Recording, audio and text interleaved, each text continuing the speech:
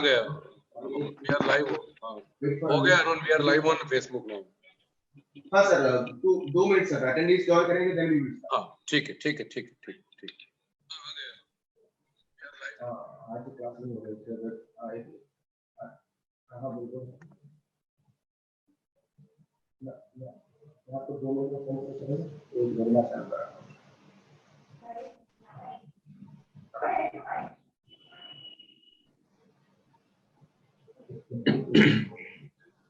चक्रवर्ती sir, ये हाँ। Facebook live link भेजोगे? हो गया, फेसबुक लाइव हो गया है। नहीं, उसकी लिंक मुझे व्हाट्सएप पे भेजोगे तो मैं लोगों को भेज देता हूँ अभी। लिंक तो भेजी हुई है, व्हाट्सएप में आई नहीं इसलिए। अरुण जी भेज दीजिए अपने लिंक भेज दीजिए। पर्सनली मुझे भेजो। फेसबुक लिंक तो बीएसएम के लिंक से फिर करेंगे तो ज्यादा लोगों को पहुंचेंगे हम लोग। हाँ सर। गोपाल भाई नमस्ते। नमस्ते नमस्ते। गोपाल भाई नमस्कार। नमस्कार मुकुल जी, मैंने बोला था बीच में। हाँ मैंने क्रॉस कनेक्शन के बाद।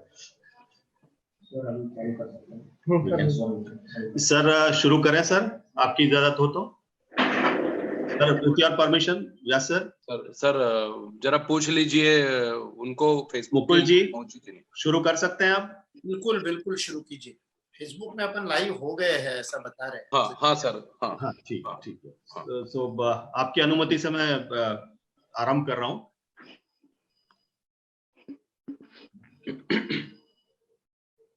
नमस्कार। महाराजा सयाजीराव विश्वविद्यालय की ओर से आप सभी का मैं स्वागत करता हूं।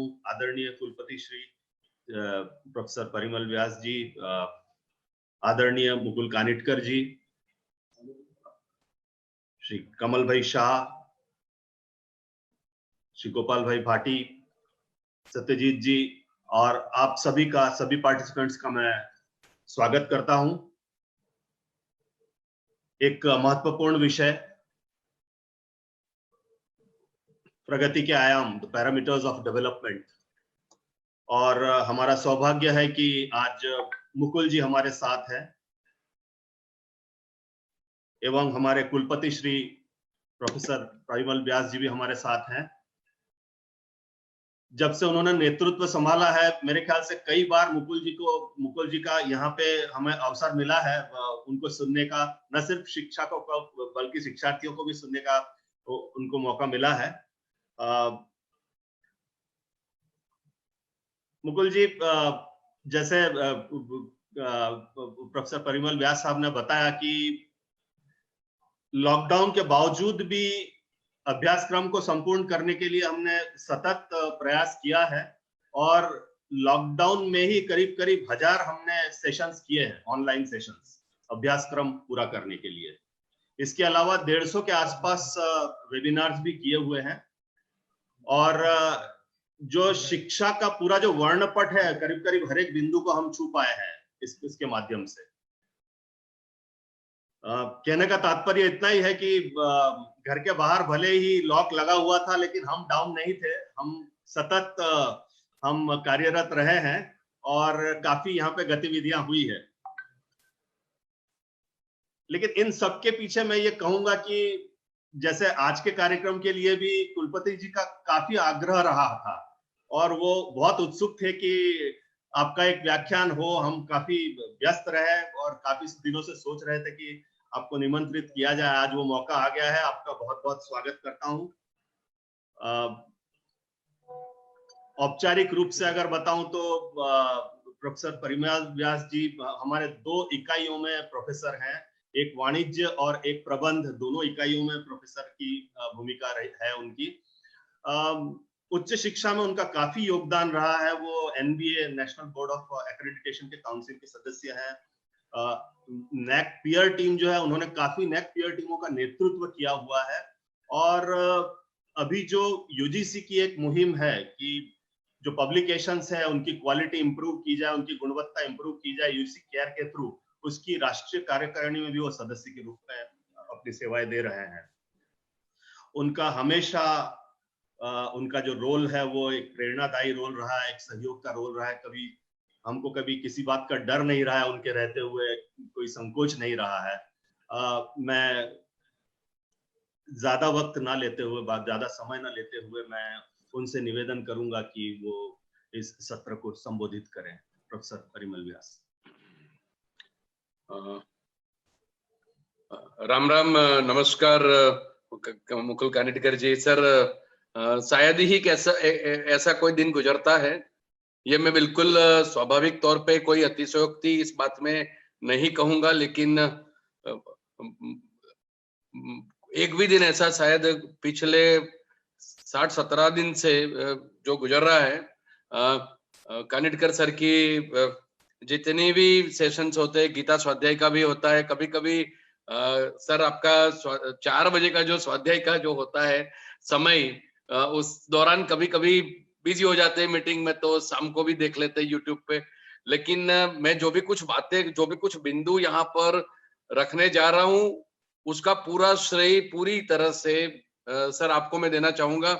मैं मानता हूं कि पूरे भारत की जो शिक्षा नीति की बात कर ले, हम प्रबंधन की बात कर ले, उसकी सोच की बात कर ले, उसके विविध आयाम की बात कर रहे, आपका मार्गदर्शन हमें बड़ा उत्साहित और बड़ा प्रेरित करता है। कुछ ऐसी बातें हैं जो हम सुनते हैं। यहाँ पर जो लोग हमारे साथ इस वेबिनार में उपस्थित है, साथ में जुड़े हुए हैं, उन सबसे मैं आग्रह करूंगा कि ये पूरा जो जितने भी व्याख्यान हुए हैं, ज्ञान यज्ञ हुए हैं, व्यास पूजा समारोह के जो व्याख्यान हुए, वो सब इंटरनेट पर उपस्थित है। आप अपनी अनुकूलता के आधार पे चयन करके ये सब सुनना चाहिए। मैं मानता हूं कि ये उपलब्धि है, और विश्वविद्यालय आज मुझे बड़ा अच्छा लग रहा है, क्योंकि इतने दिनों से जो व्याख्यान हो रहे हैं, आज कुछ अलग विषय,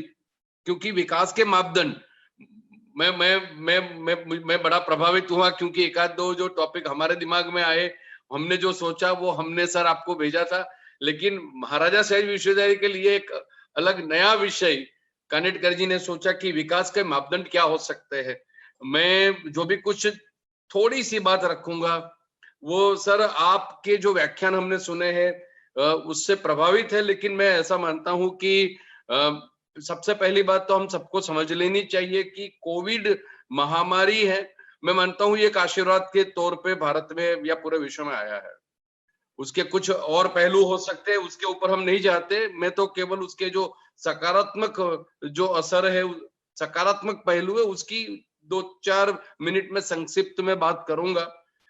आज का ये जो वेबिनार है कानिटकर सर जी लेंगे उसमें, और विकास की जो परिभाषा है, विकास किसको कहते हैं हम, मैं मानता हूं उस विषय को लेकर के सर मैंने काफी बार आपको हमने सुना है। मैं ऐसा मानता हूं कि जब हम विकास की बात करते हैं तो इकोनॉमिक डेवलपमेंट की केवल बात नहीं होनी चाहिए, कोई आर्थिक विकास की बात नहीं होनी चाहिए, या और कोई जो विकास के पहलू है, मैं उसके विस्तृतीकरण में नहीं जाऊंगा। लेकिन अभी जो समय है, हम ज्ञान की सदी जिसको कहते हैं, ये अभी पूरा विश्व है वो ज्ञान आधारित विश्व है। और मैं मानता हूं कि कुछ शब्द जो चिंतन के लिए जरूरी है, उसकी यदि बात करें तो 2 शब्द जो मुझे बड़े प्रभावित करते हैं, वो एक है बदलाव और एक है पड़कार। कोविड जो महामारी है, उसके चिंतन की जब हम बात करते हैं तो कौन से बदलाव आएंगे, उसकी क्या असर होगी, और कौन से नए पड़कार उभर के आएंगे, उसके लिए हमें बात करनी पड़ेगी। मैं ऐसा मानता हूं कि यदि आवश्यकता है विकास के बारे में सोचने की, तो सबसे उभर के जो बात आती है वो है ओरिजिनल थिंकिंग, मौलिक विचार, उसकी सबसे बड़ी आवश्यकता है। और हम सबको जब हम विकास की बात करने के लिए इकट्ठे हुए हैं सुनने के लिए यहाँ पर, तो ये भी समझ लेना चाहिए कि जो आत्मनिर्भर भारत की हम बात करते हैं, तो ये भारत का विकास केवल आंकड़ों में नहीं, हमें उसको सोचना चाहिए, देखना चाहिए, या उसका तुलनात्मक अभ्यास करना चाहिए। मैं मानता हूं कि जो आत्मनिर्भर भारत, स्वदेशी का उपयोग करके हम कैसे कर सकते हैं, वो एजुकेशन भी हो या कोई मैन्युफैक्चरिंग सिस्टम की बात कर रहे हैं, मैन्युफैक्चरिंग सेक्टर की बात कर रहे हैं, या हम कृषि की बात कर रहे हैं, और ये जो विकास है वो सबके लिए कैसे अनुकूल हो, सबका उसमें सहयोग कैसे हो, सबका विकास उसमें कैसे हो। और जब हम भारत की बात करते हैं, वसुधैव कुटुंबकम की जो हम बात करते हैं, तो मैं मानता हूं कि उसमें कोई व्यक्ति का विकास, समाज का विकास, राष्ट्र का विकास नहीं, या आर्थिक विकास नहीं, मैं मानता हूं सर्वांगी विकास किसको हम कहते हैं, जिसमें एक एक व्यक्ति जो इस विश्व में अपना जीवन बिता रहा है, सबके सर्वाइवल के लिए हम कैसे सोच पाए। वो जो जंगल राज है, सर्वाइवल ऑफ फिटेस्ट की हम बात नहीं करते, हम सबको सुख शांति समृद्धि कैसे दे सके, ऑल इंक्लूसिव डेवलपमेंट जिसकी बात हम करते हैं। मैं मानता हूं कुछ ये बात हम सबको विकास की जब हम बात करते हैं तो सोचना चाहिए, हमारी जो पूरी जीवन शैली है, जो कंजम्पशन लेड इकोनॉमिक ग्रोथ की बात करते हैं, उपभोग की परिभाषा में हम जब विकास को हम सोचते हैं, पर कैपिटा कंजम्पशन, ये बहुत बड़ा विषय है। मैं मानता हूं मैं बहुत छोटा व्यक्ति हूं इस विषय के ऊपर बात करने के लिए, लेकिन हमारी जो पूरी जो सोच है, समझ है, हमारी जो पूरी जीवन शैली है, उसमें कोविड के बाद हमें बदलाव लाना चाहिए। और मैं ये जो क्योंकि बहुत सारे शिक्षाविद और शिक्षा के साथ और हमारे विश्वविद्यालय के बहुत सारे जो परिवार के सदस्य है वो इस वेबिनार में हमारे साथ से जुड़े हुए हैं, तो मैं थोड़ा उसको शिक्षण के साथ भी जोड़ना चाहूंगा कि क्या हम विकास की जब बात करते हैं, नेक में हमारा अच्छा रेटिंग आ गया, NIRF में अच्छी क्या ग्रेड आ गई, क्या उसी बात को लेकर के क्या हम संतुष्ट हो जाएंगे?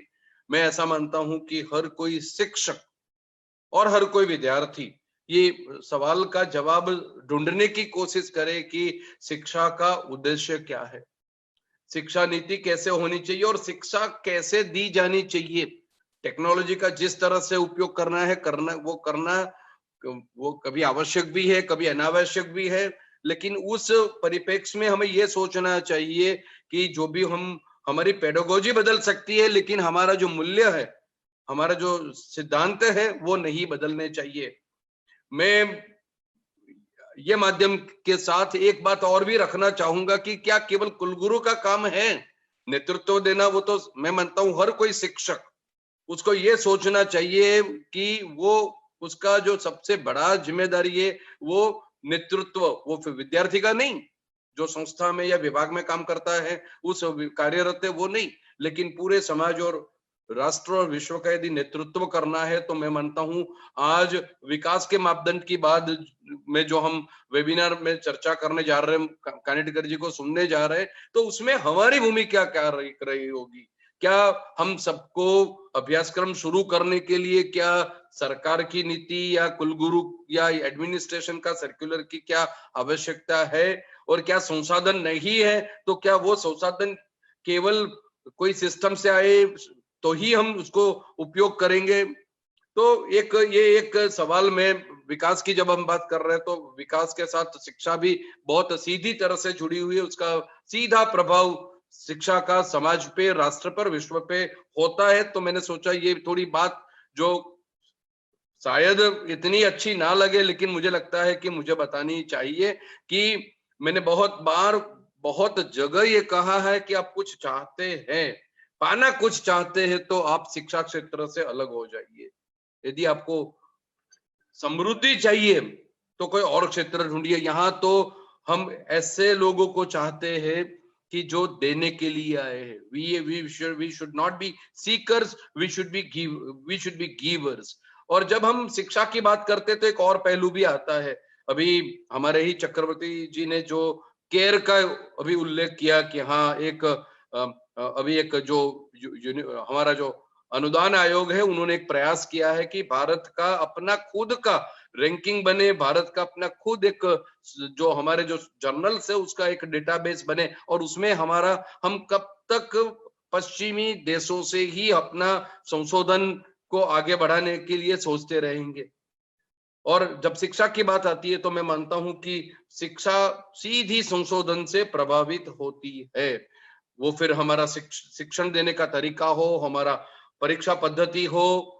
मैं मानता हूं कि कोविड ने एक ऐसा सवाल हमारे सबके सामने खड़ा कर दिया है कि जिसके बारे में हमें मौलिकता से स्कूल से लेकर के संशोधन तक की जो बात है उसके बारे में हमें सोचना चाहिए।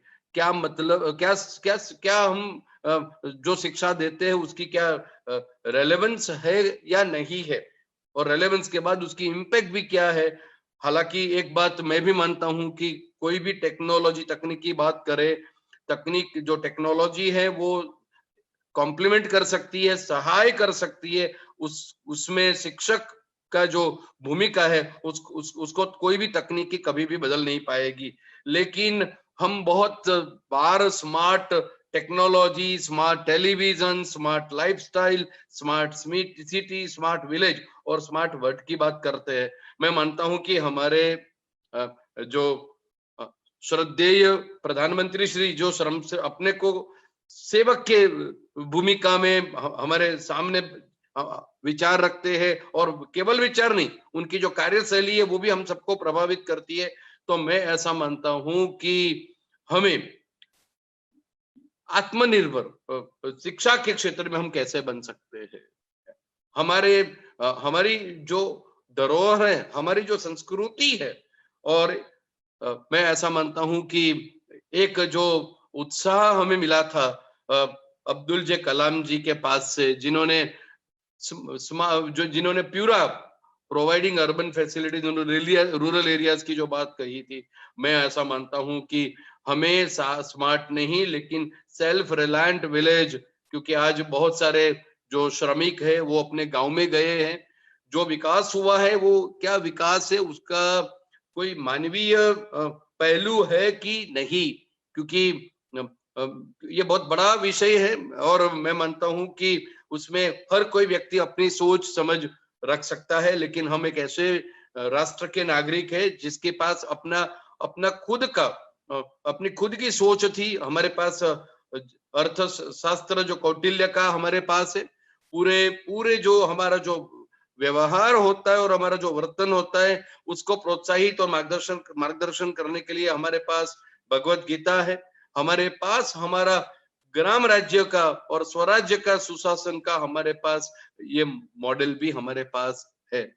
आने वाले वक्त में हम कर्मयोगी कैसे बने, ज्ञान योगी कैसे बने, और हम समाज, व्यक्ति, समाज, राष्ट्र और विश्व में हम क्या योगदान दे सके। जैसे मुकुल कानिटकर जी, में मुझे पता ही है कि वो सर बात करेंगे, जो एक उन्होंने बहुत अच्छा विचार जो प्रस्तुत किया है। बहुत बार वो ग्रॉस नेशनल कंट्रीब्यूशन की जो बात करते हैं, हैप्पीनेस की जो बात करते हैं, मैं मानता हूं कि कोई भी टेक्नोलॉजी है, वो टेक्नोलॉजी हमको कभी रिप्लेस नहीं कर सकती है। मशीन की भी बात करते हैं हम, ऑटोमेशन की भी बात करते हैं, विकास में वो सहयोग दे सकते हैं, लेकिन विकास की सोच, विकास का पहलू, विकास के आयाम और विकास की परिभाषा, उसके बारे में हमें सोचना है। और मैं मानता हूं कि कोविड महामारी है वो एक हमारे पास, मैं कहता हूं यदि हम उसको एक अवसर के रूप में देखते हैं तो उसको हमें एक चुनौती के रूप में भी देखना चाहिए। मैंने जैसे कहा शुरुआत में कि मैं विश्वविद्यालय की ओर से, क्योंकि हमारे यहाँ पर भी भारतीय शिक्षण मंडल का जो प्रकल्प है, डॉक्टर कमल शाह, सत्यजीत और गोपाल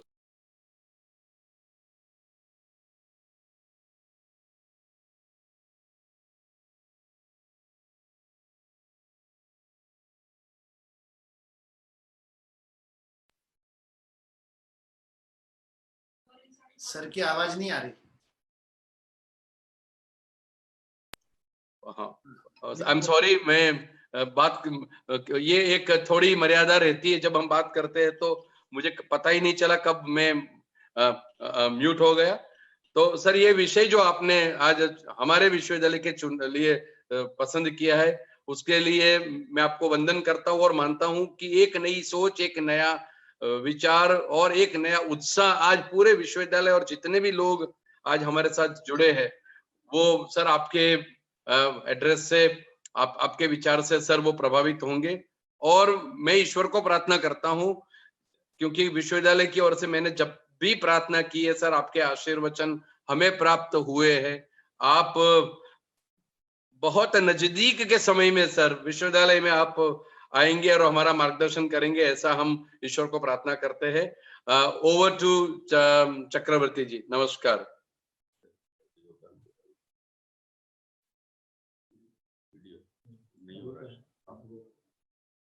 सर धन्यवाद। और कुछ विक्षेप हुआ है तो उसके लिए मैं क्षमा प्रार्थी हूँ सबका।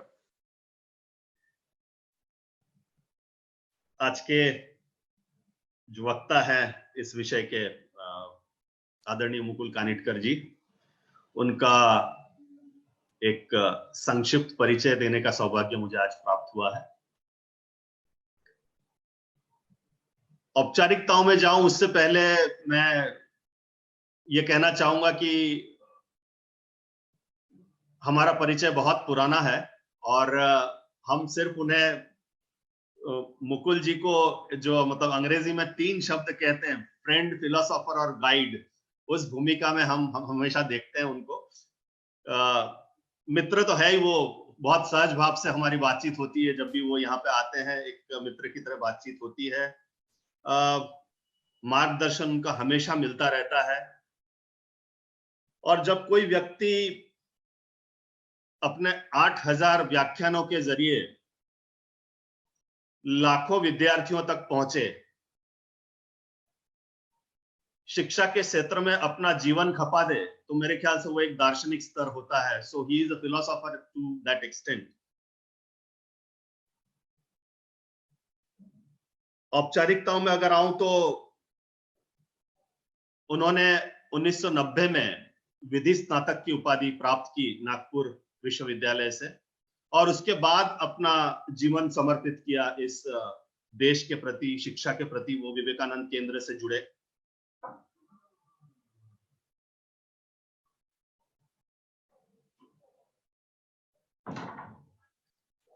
कई किताबें उन्होंने लिखी है, लेकिन एक नया कंसेप्ट दिया है जो यहाँ पे बताना मुझे जरूरी है, और वो है आनंद शाखाओं का कंसेप्ट। 7000 से ज्यादा प्रतिभागियों के लिए उन्होंने 2350 आनंद शाखाएं उनका आयोजन किया है। इसके अलावा योगाभ्यास उनकी कक्षाएं भी चलाई है, और मेरे ख्याल से 2 योगाभ्यास कक्षाएं हैं, एक 2004 में है और एक 2005 में है, और जिनके जरिए उन्होंने वो पहुंचे हैं करीब करीब 47,000 योगकर्ताओं तक। ये अपने आप में एक बहुत बड़ी उपलब्धि है। 2007-12 जनवरी को करोड़ों छात्रों में के सामूहिक सूर्य नमस्कार का भी उन्होंने आयोजन किया है। उनकी कई प्रकाशन हैं, जिसमें मुख्य मैं बता दूं, परीक्षा दें हंसते हंसते, भारत जागो विश्व जगाओ, भारत का जीवन ध्येय, गढ़े जीवन अपना, संगठन गढ़े चलो, परिवार बने पाठशाला, समर्थ भारत, समग्र शिक्षा एवं शोधकर्ता कार्यकर्ता। हमारे साथ उनका जो जुड़ाव है बहुत ही प्रबल रहा है। सर, आपने जब रिसर्च फॉर रिसर्जेंस फोरम में जो पहला व्याख्यान था आपका, उसको हमने कंपलसरी कर दिया है पीएचडी स्टूडेंट्स के लिए। जब उनका कोर्स वर्क होता है तो सबसे पहले जो आप संदेश देना चाहते हैं कि अगर संशोधन करें तो मन से करें, औपचारिकता नहीं, वो संदेश हम आपका पहुंचाते रहते हैं। मैं और अब ज्यादा समय व्यतीत नहीं करना चाहूंगा, क्योंकि पार्टिसिपेंट सभी काफी व्याकुल होंगे आपको सुनने के लिए। तो आपसे मेरा निवेदन है कि आप इस सत्र को संबोधित करें। मुकुल जी।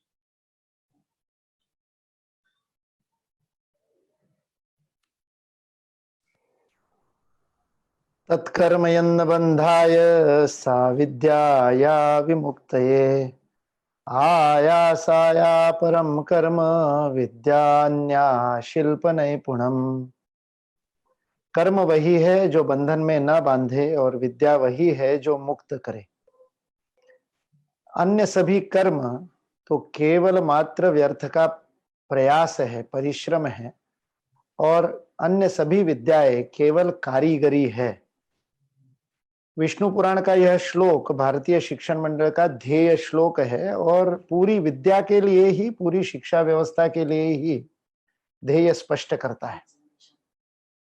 आज के इस व्याख्यान में उपस्थित अध्यक्षता कर रहे आदरणीय कुलगुरु और हमारे परम मित्र आचार्य परिमल व्यास जी, चक्रवर्ती जी, जिन्होंने मेरा इतना उदार हृदय से विस्तृत परिचय दिया। स्नेह से व्यक्ति थोड़ा ज्यादा कह देता है, ऐसा मुझे लगता है। ये उनका स्नेह है जो इन्होंने इतना बड़ा परिचय मेरा दिया।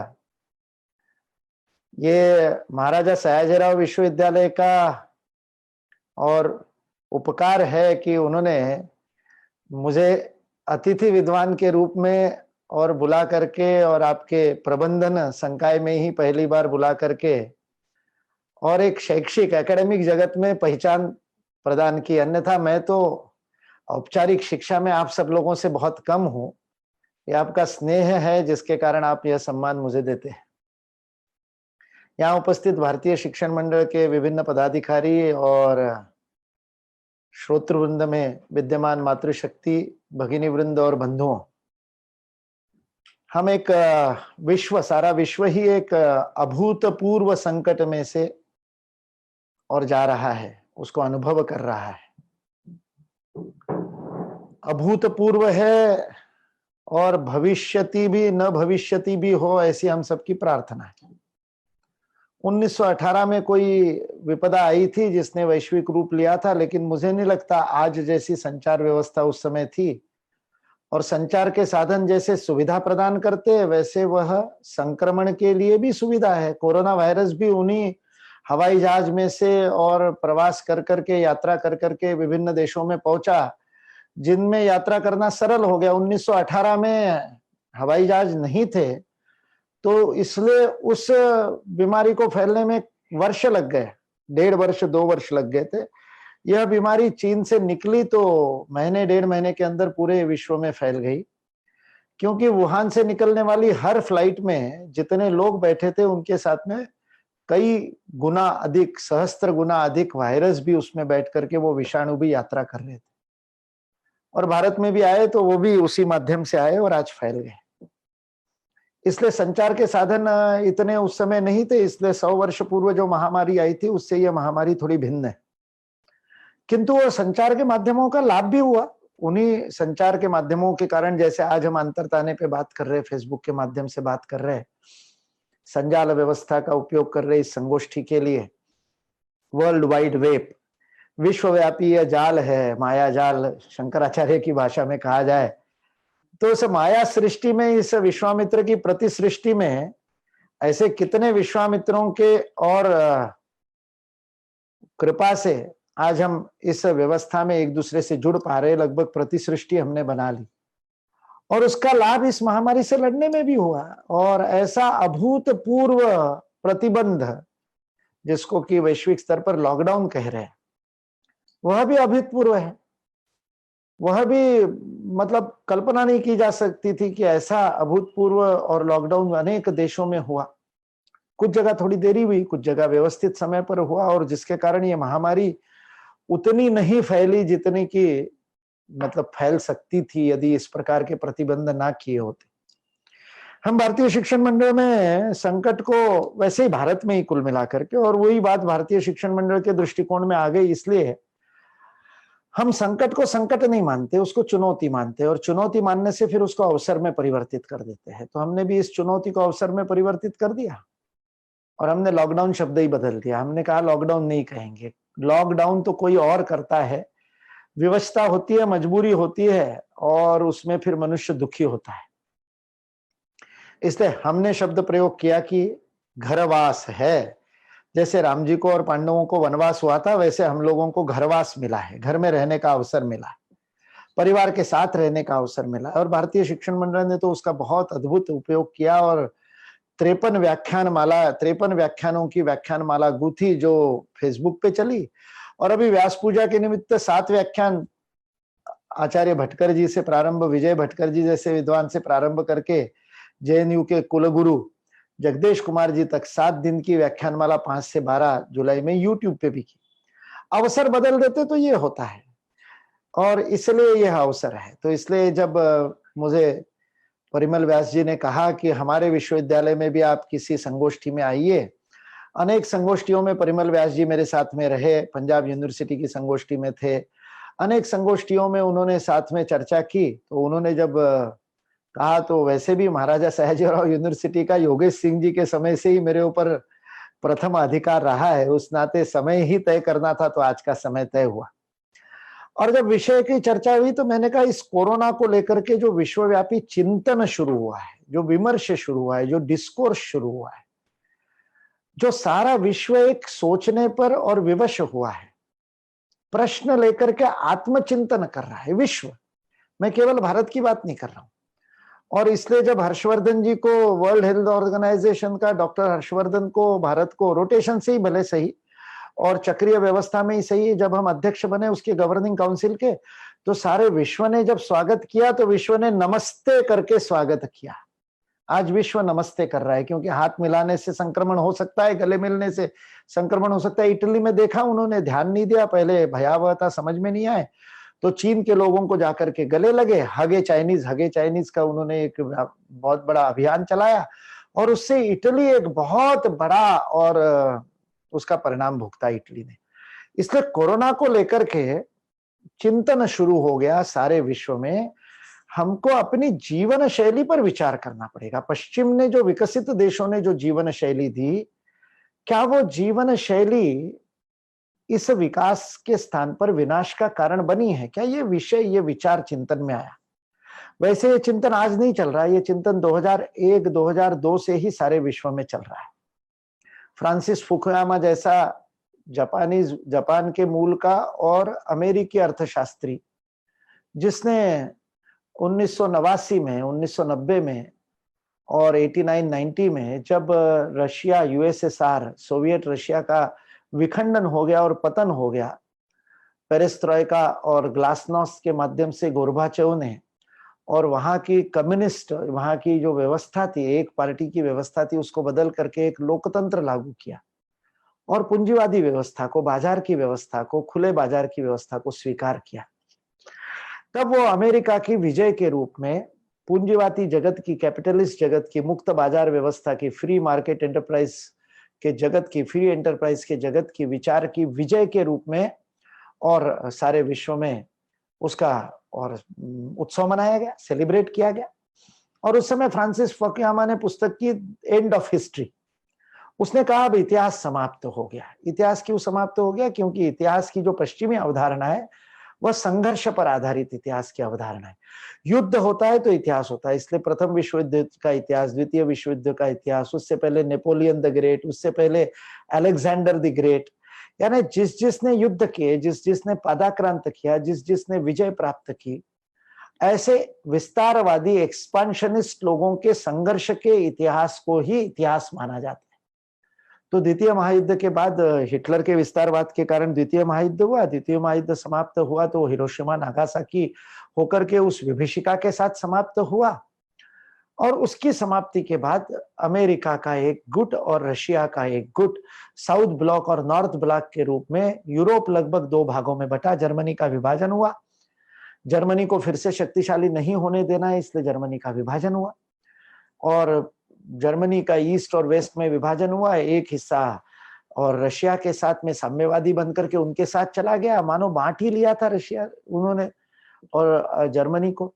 और एक अमेरिका और इंग्लैंड के साथ में बना हुआ जो मित्र देश जो थे द्वितीय महायुद्ध में अलाइड कंट्रीज थे, उनका नाटो युद्ध संधि बनी, नेशनल नॉर्थ अटलांटिक ट्रीटी बनी, और इसके कारण वो एक नाटो और साटो ये 2 ग्रुप बन करके, और प्रत्यक्ष युद्ध की तो स्थिति नहीं, लेकिन एक प्रतिस्पर्धा चली, टेक्नोलॉजी की प्रतिस्पर्धा चली, अंतरिक्ष में प्रतिस्पर्धा चली, जिसको उन्होंने स्पेस वॉर का भी रूप लिया कि एक आने वाले तीसरा विश्व युद्ध शायद अंतरिक्ष में लड़ा जाए। और ये कूटनीतिक स्तर पर एक शीत युद्ध के रूप में, कोल्ड वॉर के रूप में हम सब लोग पढ़ते आए हैं और वो होता रहा, हमने देखा भी है। हम में से अधिकतर लोगों ने, जिनकी आयु 50 से ऊपर आज हो गई है, उन्होंने उस युगों को देखा है। चंद्रमा पर मनुष्य भेजने के लिए पहले कॉस्मोनॉट जाएगा या पहले एस्ट्रोनॉट जाएगा। यूएसएसआर उनको कॉस्मोनॉट कहता था, उन्होंने अपनी, और लूना 1 नाम से पहला जो उपग्रह था, और वो जाकर के वो शटल जाकर के बिना मनुष्य के पहला जो चंद्रमा पर और जाकर के अभियान हुआ वह रशिया का था, लूना 1 के रूप में। लूना 2 भी हो गया, अमेरिका का कहीं अपोलो 1 का नामो निशान नहीं था। और ऐसे समय में 1960 के दशक के शुरुआती काल में, जिस समय ग्रेट रिसेशन, सारा विश्व एक बहुत बड़ी मंदी में और महामंदी में और डूबा हुआ था और लोगों की नौकरियां चली गई थी, आर्थिक परिदृश्य क्या होगा ये पता नहीं चल रहा था। और ऐसे समय में और जॉन एफ कैनेडी के सामने ये विषय आता है, उनको बताया जाता है, और एक यहूदी और युद्ध बंदियों में रहने वाले ऐसे वैज्ञानिक जाकर के कैनेडी को बताते हैं कि रशिया ने घोषणा की है कि 1970 में वो मनुष्य को चंद्रमा पर भेज देंगे, पहला कॉस्मोनॉट, वह लूना 6 के रूप में अभियान में, और चंद्रमा पर उतरेगा। जो शीत युद्ध था, टेक्नोलॉजी की प्रतिस्पर्धा का, तकनीक की प्रतिस्पर्धा का शीत युद्ध था, उस शीत युद्ध में जॉन एफ कैनेडी ने एक बहुत बड़ी दूरदृष्टि की बात की, और उन्होंने 24 मई 1962 की बात है, 25 मई को उनको एक विश्वविद्यालय में दीक्षांत संबोधन देने के लिए जाना था, और एक दिन पहले उनके पास नासा से नोट आया। इन्होंने इस वैज्ञानिक के कहने पर नासा को कहा था कि जब रशिया 1970 में मनुष्य को चंद्रमा पर पहुंचा रहा है, तो हम 1969 में पहुंचाएंगे। We will put man on moon in 1969, give me an update, a note, how it can be done. How it can be done पूछा था कैनेडी ने, लेकिन नासा ने जो नोट दिया, उस नोट ने 24 मई को 1962 में जॉन एफ कैनेडी के पास नासा का नोट आता है, और उसमें ये लिखा होता है, We cannot put man on moon before 1970. 1970 से पहले हम मनुष्य को चंद्रमा पर नहीं पहुंचा सकते। जॉन एफ कैनेडी को जब उन्होंने ये कहा, तो एक दूरदृष्टा नेतृत्व कैसे होता है। आज हमारा भारत सौभाग्यशाली है कि हमारे पास एक ऐसा दूरदर्शी नेतृत्व है, और जॉन एफ कैनेडी भी एक ऐसा दूरदर्शी नेतृत्व था जिसका ये वचन हम सबको पता है कि जिस समय अमेरिका के राष्ट्रपति की शपथ ली, तब पूरे अमेरिका को जॉन एफ कैनेडी ने कहा था, don't ask what America shell give you, Ask yourself what you can give America. ये मत पूछिए कि देश आपको क्या देगा, ये पूछिए कि आप देश को क्या देंगे। उस जॉन एफ कैनेडी ने, उसकी दूरदर्शिता देखो, नासा कह रहा है कि नहीं हो सकता, क्यों नहीं हो सकता, 1 2 3 4 बिंदु बताए कि हमारे पास वो शटल को वापस लाने के लिए, पहले तो जो भेजते थे अपोलो 1, तो वो अंतरिक्ष में ही रह जाता था, वहीं पर विदीर्ण हो जाता था, वहीं पर वो बिखरा है, मलबा बहुत सारा आज भी बिखरा हुआ है, लेकिन वापस लाने की बात नहीं थी। जब मनुष्य को ले जाना है तो सबसे बड़ी चुनौती थी कि ये स्पेस शटल, ये अंतरिक्ष यान जब वापस गुरुत्वाकर्षण में आएगा, तब उसका जो घर्षण होगा, उस घर्षण को सहन करने लायक अलॉय मेटल चाहिए, वो नहीं है हमारे पास। उतना हल्का मेटल चाहिए किंतु टफ चाहिए। और उसी प्रकार वो अंतरिक्ष यात्री चंद्रमा पर उतरेंगे तो यहाँ से 1/6 1/6 गुरुत्वाकर्षण है, तो वहां चलने के लिए उनको ऑक्सीजन भी नहीं है, ऑक्सीजन भी चाहिए चलने के लिए, तो ऐसा एक स्पेस सूट चाहिए, ऐसा एक उनको वस्त्र चाहिए, जो वस्त्र इतना ताकतवर होगा कि वहां फटे नहीं अंतरिक्ष में, और इतना वो सारा कैरी भी कर सके ऑक्सीजन आदि को। ये ऐसे उन्होंने 16-17 बिंदु लिखे। जॉन एफ कैनेडी ने कहा ये किया तो जा सकता है, बोले हाँ किया तो जा सकता है, लेकिन 10 साल में नहीं हो सकता, आप केवल 8 साल दे रहे हो, 8 साल 7 साल में नहीं हो सकता। जॉन एफ कैनेडी ने दूसरे दिन दीक्षांत संबोधन में घोषणा कर दी, America will put man on moon in 1969। NASA मना कर रही है, जॉन एफ कैनेडी घोषणा कर रहे हैं। और अगला वाक्य उन्होंने कहा, this will be our national mission, ये अपना राष्ट्रीय व्रत होगा, पूरा देश इसके लिए काम करेगा, सारे विश्वविद्यालयों में आने वाले में समय में केवल इसी मिशन को लेकर के अनुसंधान होंगे, रिसर्च होगा।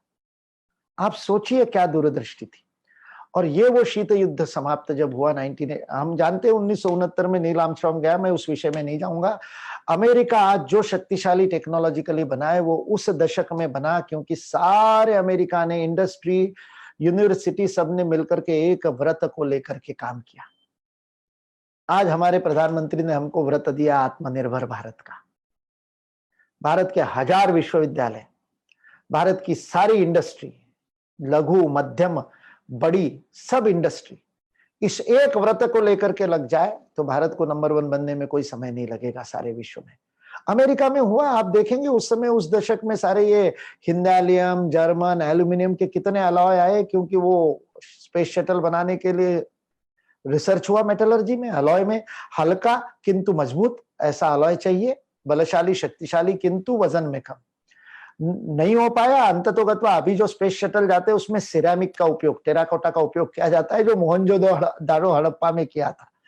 इसलिए कई बार प्राचीन चीजें कैसे आधुनिक चीजों में काम में आती है, मैं उस डिटेल में नहीं जाऊंगा।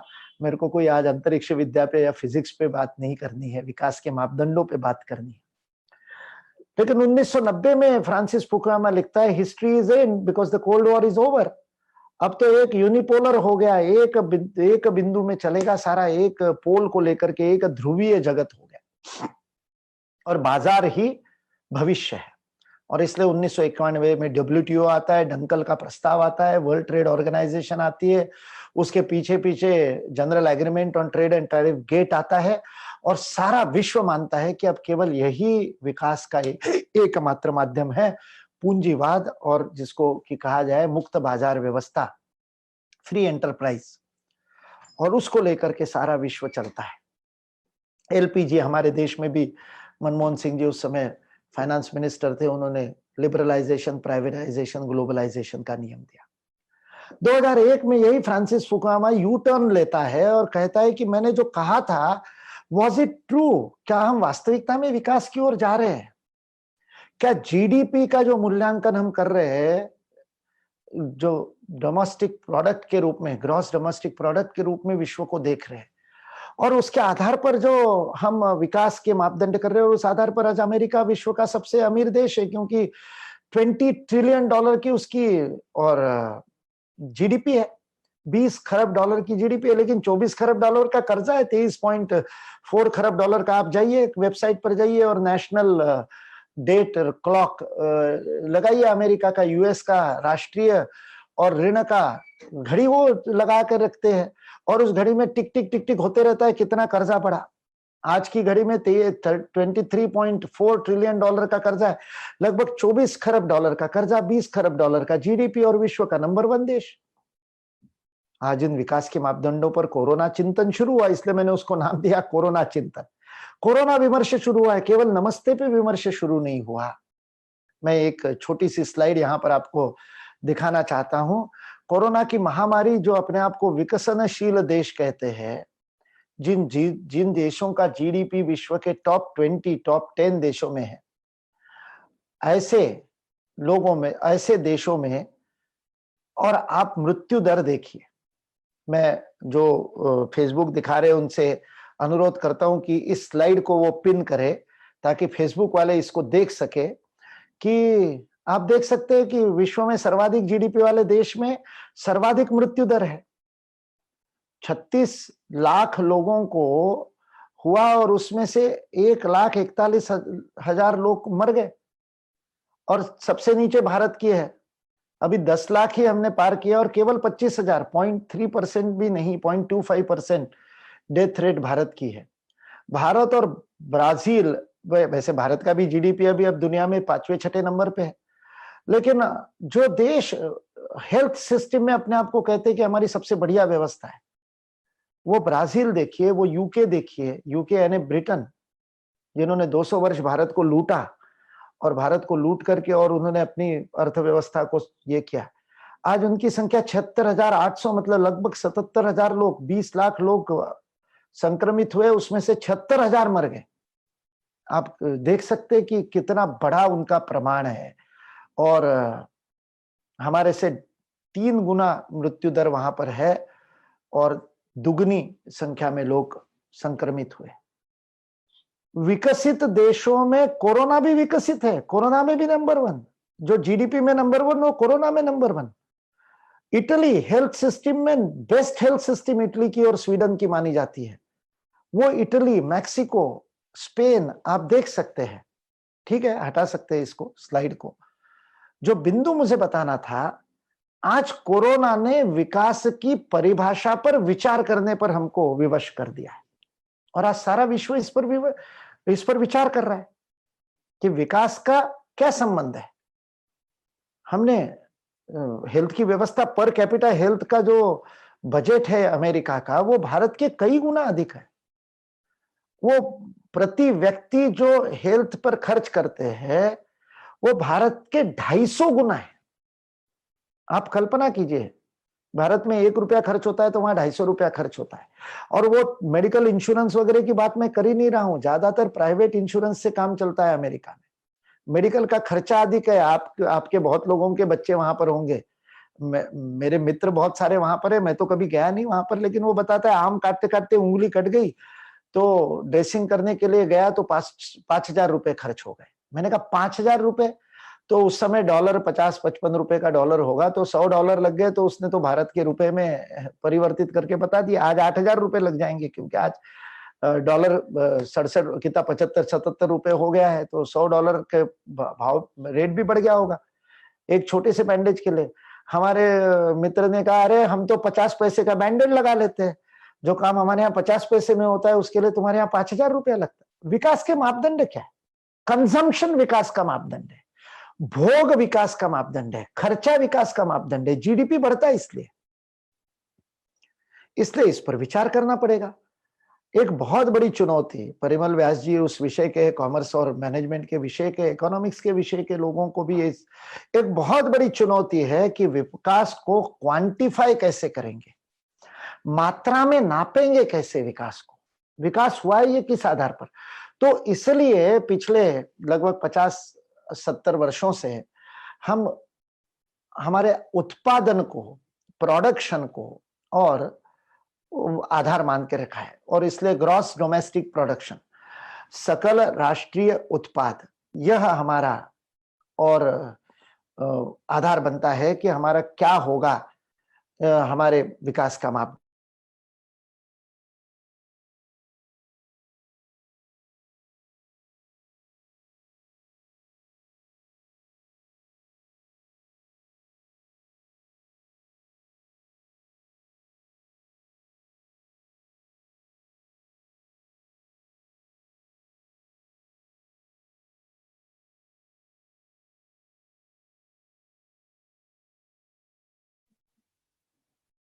मोबाइल इंटरेक्शन,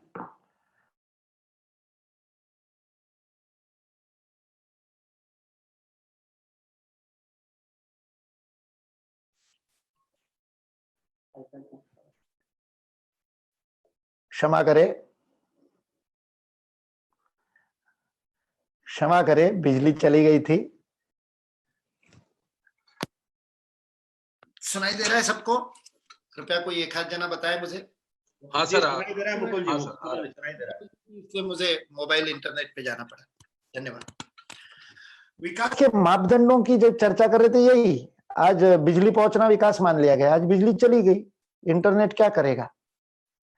तो विकास के मापदंड का क्वांटिफिकेशन, उसको नापना, मापदंड उसी को कहते हैं जो माप सके।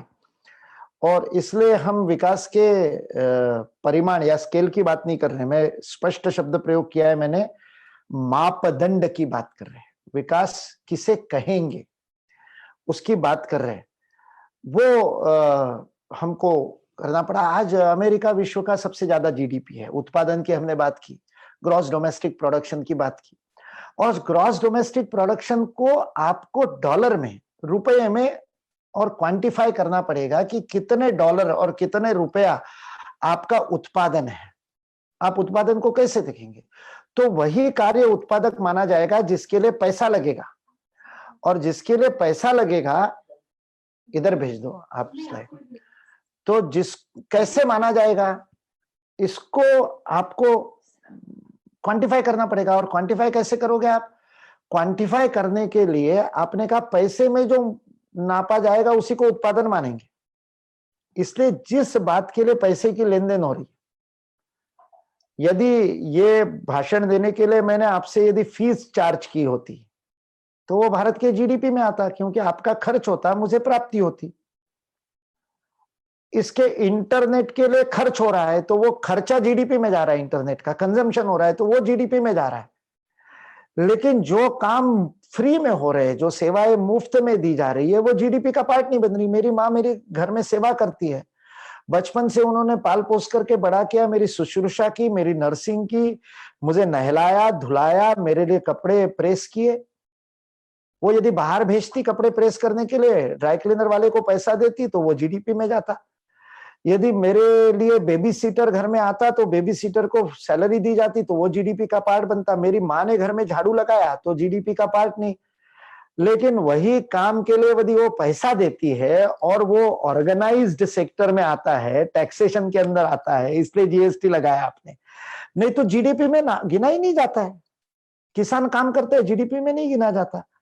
उसके श्रम को जीडीपी में नहीं गिनते हो, इसलिए उसकी कॉस्ट ऑफ प्रोडक्शन नहीं गिनी जाती। उसके श्रम को, वो अपने ही खेत में जो काम कर रहा है वो कॉस्ट ऑफ प्रोडक्शन का पार्ट नहीं बन रहा है। इसलिए आप जब उसको मूल्य देते हैं बाजार में, उसको जब मूल्य दिया जाता है, मिनिमम प्राइस जब उसकी लगाई जाती है, तो वो मिनिमम प्राइस लगाते समय सबसे बड़ी समस्या, स्वामीनाथन समिति ने कहा कि आप किसान को 1.5 गुना उसके कॉस्ट ऑफ प्रोडक्शन के 1.5 गुना और मूल्य दीजिए, आधार मूल्य दीजिए, एमएसपी दीजिए, मिनिमम सपोर्ट प्राइस दीजिए। लेकिन उसका कॉस्ट ऑफ प्रोडक्शन लगाने का तरीका क्या है?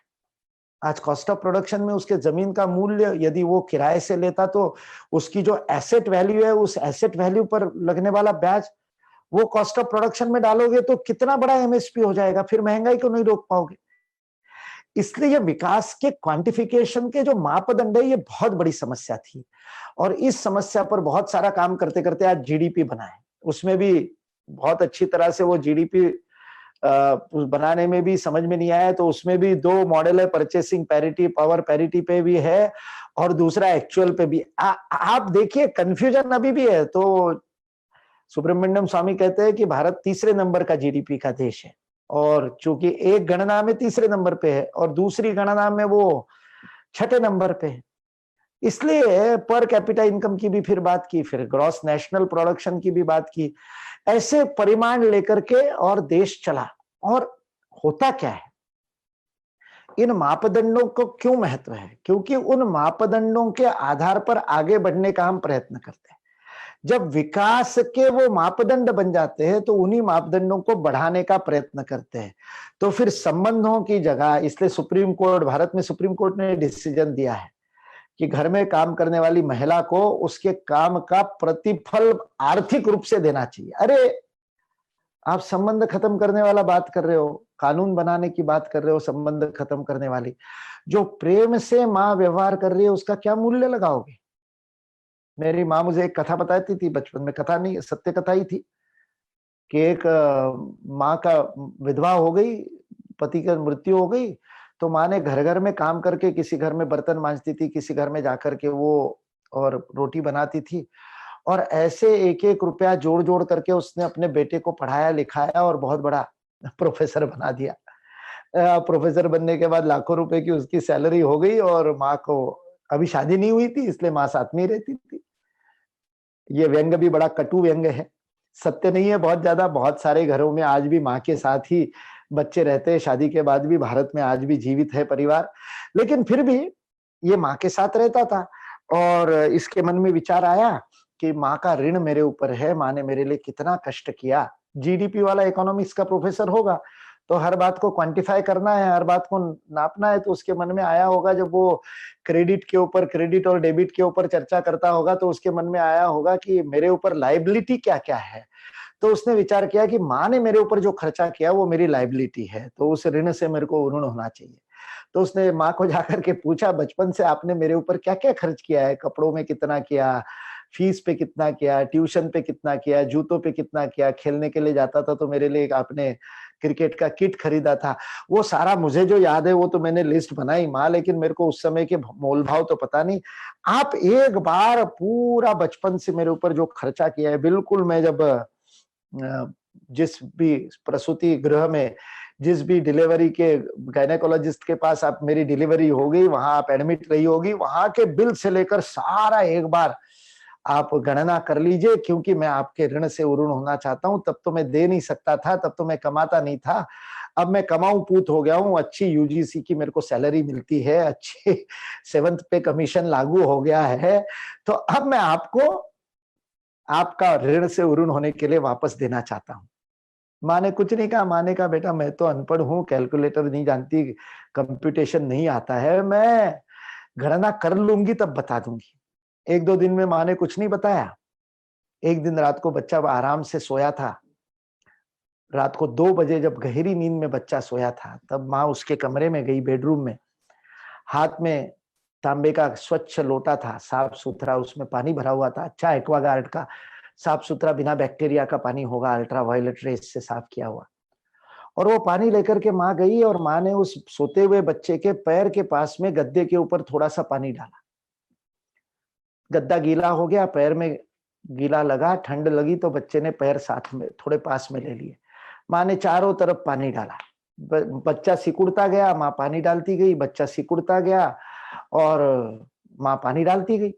अब और सिकुड़ नहीं सकता, ऐसी स्थिति में जब आ गया तो बच्चे ने माँ के हाथ का लोटा उड़ा दिया और कहने लगा माँ पागल हो गई है, क्या कर रही है, पानी डाल रही है मेरे को, मैं सो रहा हूँ, कल सुबह मेरे को फिर जाना है, जल्दी 7 बजे की क्लास है, कॉलेज पहुंचना है, क्या कर रही है।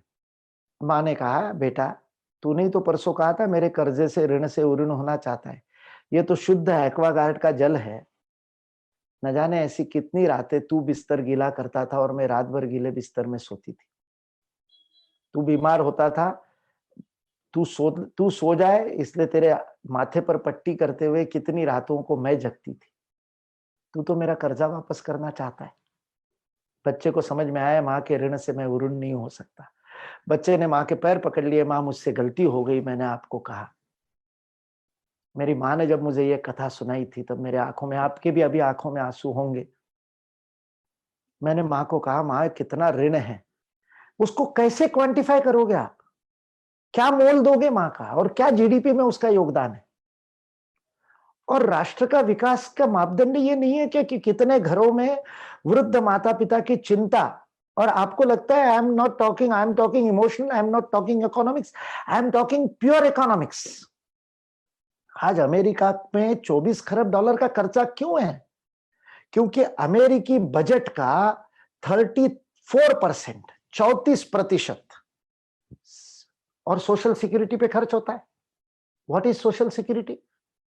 अमेरिका में परिवार समाप्त हो गए, वृद्धों के पास, सीनियर सिटीजन के पास में बेटा नहीं है, पता भी नहीं बेटा कहाँ है, क्योंकि इतने डिवोर्स हो गए, कहाँ पैदा किए थे और कहाँ वो बच्चे आज है, कहाँ पल रहे और कहाँ पले और कहाँ गए पता नहीं। 48% of the Americans do not know who their father is. मेरा नहीं है।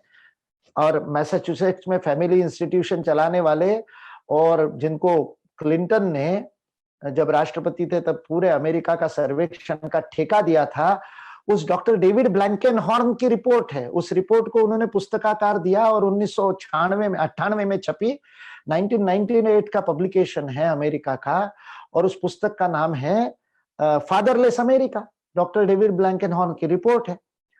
पिता विहीन America, 46% of the American in 1998। आज तो संख्या और बढ़ गई होगी, 50% से अधिक हो गई होगी। एकल परिवार, और उन एकल परिवारों में भी केवल माँ है। उस माँ को पता नहीं कि इस बच्चे का पिता कौन है। और ये अमेरिका की स्थिति हो गई। इसका क्या परिणाम हुआ? इसका परिणाम हुआ कि बेरोजगारी भत्ता देने के लिए, फूड टिकट्स देने के लिए, बुजुर्गों की देखभाल करने के लिए समाज नहीं है, परिवार नहीं है, सरकार को खर्च करना पड़ता है। 32% ऑफ द बजट। यूके में 40%, इटली में 46%। ग्रीक की इकोनॉमी 4 साल पहले 2008 में ग्रीस वेंट इनटू बैंकरप्सी। सरकार बैंकरप्ट हो गई, पूरा का पूरा देश बैंकरप्ट हो गया। एक समय विकसित देश था, वो बैंकरप्ट हो गया। क्यों? सोशल सिक्योरिटीज के दबाव में दब गया। भारत में मनरेगा वगैरह शुरू करने के बाद में सोशल सिक्योरिटी का विचार हुआ तो 0.2% ऑफ द बजट है आज सोशल सिक्योरिटी। क्यों? क्योंकि सोशल सिक्योरिटी को हमने आउटसोर्स कर रखा है। किसके ऊपर? परिवार के ऊपर। आज हमारे जितनों के घरों में उनके माता पिता है, और जो माता पिता की सेवा करने का भाग्य जिनको है और विवाह के बाद भी अपने माता पिता की सेवा करते हैं, ऐसे जितने पुत्र हैं उनको मेरा शत शत नमन। उन्होंने भारत को कर्जे से बचाया है, क्योंकि उनको सोशल सिक्योरिटी पे भारत को खर्चा नहीं करना पड़ा। आप पीएचडी करवाइए, मैं आपको बता रहा हूं, आप इस बात पर पीएचडी करवाइए अपने विश्वविद्यालय में। चक्रवर्ती जी, आरएफ का एक प्रोजेक्ट बनाइए, पोस्ट डॉक्टरल रिसर्च कीजिए इस बात के ऊपर कि फैमिली का इकोनॉमिक कंट्रीब्यूशन क्या है इस देश में। इस देश में परिवार है, इसलिए सरकार को कितना कम खर्च करना पड़ता है। विश्व में पतन हो रहा है परिवार के टूटने के कारण। इसलिए आज कोरोना में साइकोलॉजिकल ट्रॉमा उन देशों में अधिक है, उन देशों में मनोवैज्ञानिक आघात अधिक है जिन देशों में परिवार समाप्त हो गए। भारतीयों के, बहुत सारे भारतीयों के बच्चे विदेश में अकेले पढ़ रहे, वो बताते हैं रोज व्हाट्सएप पे बात करते हैं, तो उस बच्चे को अकेला नहीं लगता है वहां पर। वो परिवार के साथ जुड़ा हुआ है, भले ही विदेश में है, भले ही ऑस्ट्रेलिया में, भले ही न्यूजीलैंड में फंसा हुआ है लॉकडाउन के अंदर, कनाडा में फंसा हुआ है लॉकडाउन के अंदर, भले ही गालियां दे कि यहाँ की व्यवस्था तो बहुत अच्छी है, तुम्हारे यहाँ की खराब है, लेकिन वो टिका हुआ भारतीय संस्कृति के कारण है। और आज इसलिए विश्व चिंतन कर रहा है। विकास के मापदंड आपने जीडीपी बना दिए, तो जीडीपी बढ़ाने के लिए आपने घर बनाना शुरू कर दिया, घर बेच दिए। इसलिए एक बहुत बड़ा थेसिस कनक सभापति जी ने लिखा है कोयम्बटूर यूनिवर्सिटी में, जिन्होंने कहा कि परिवार ने क्या किया।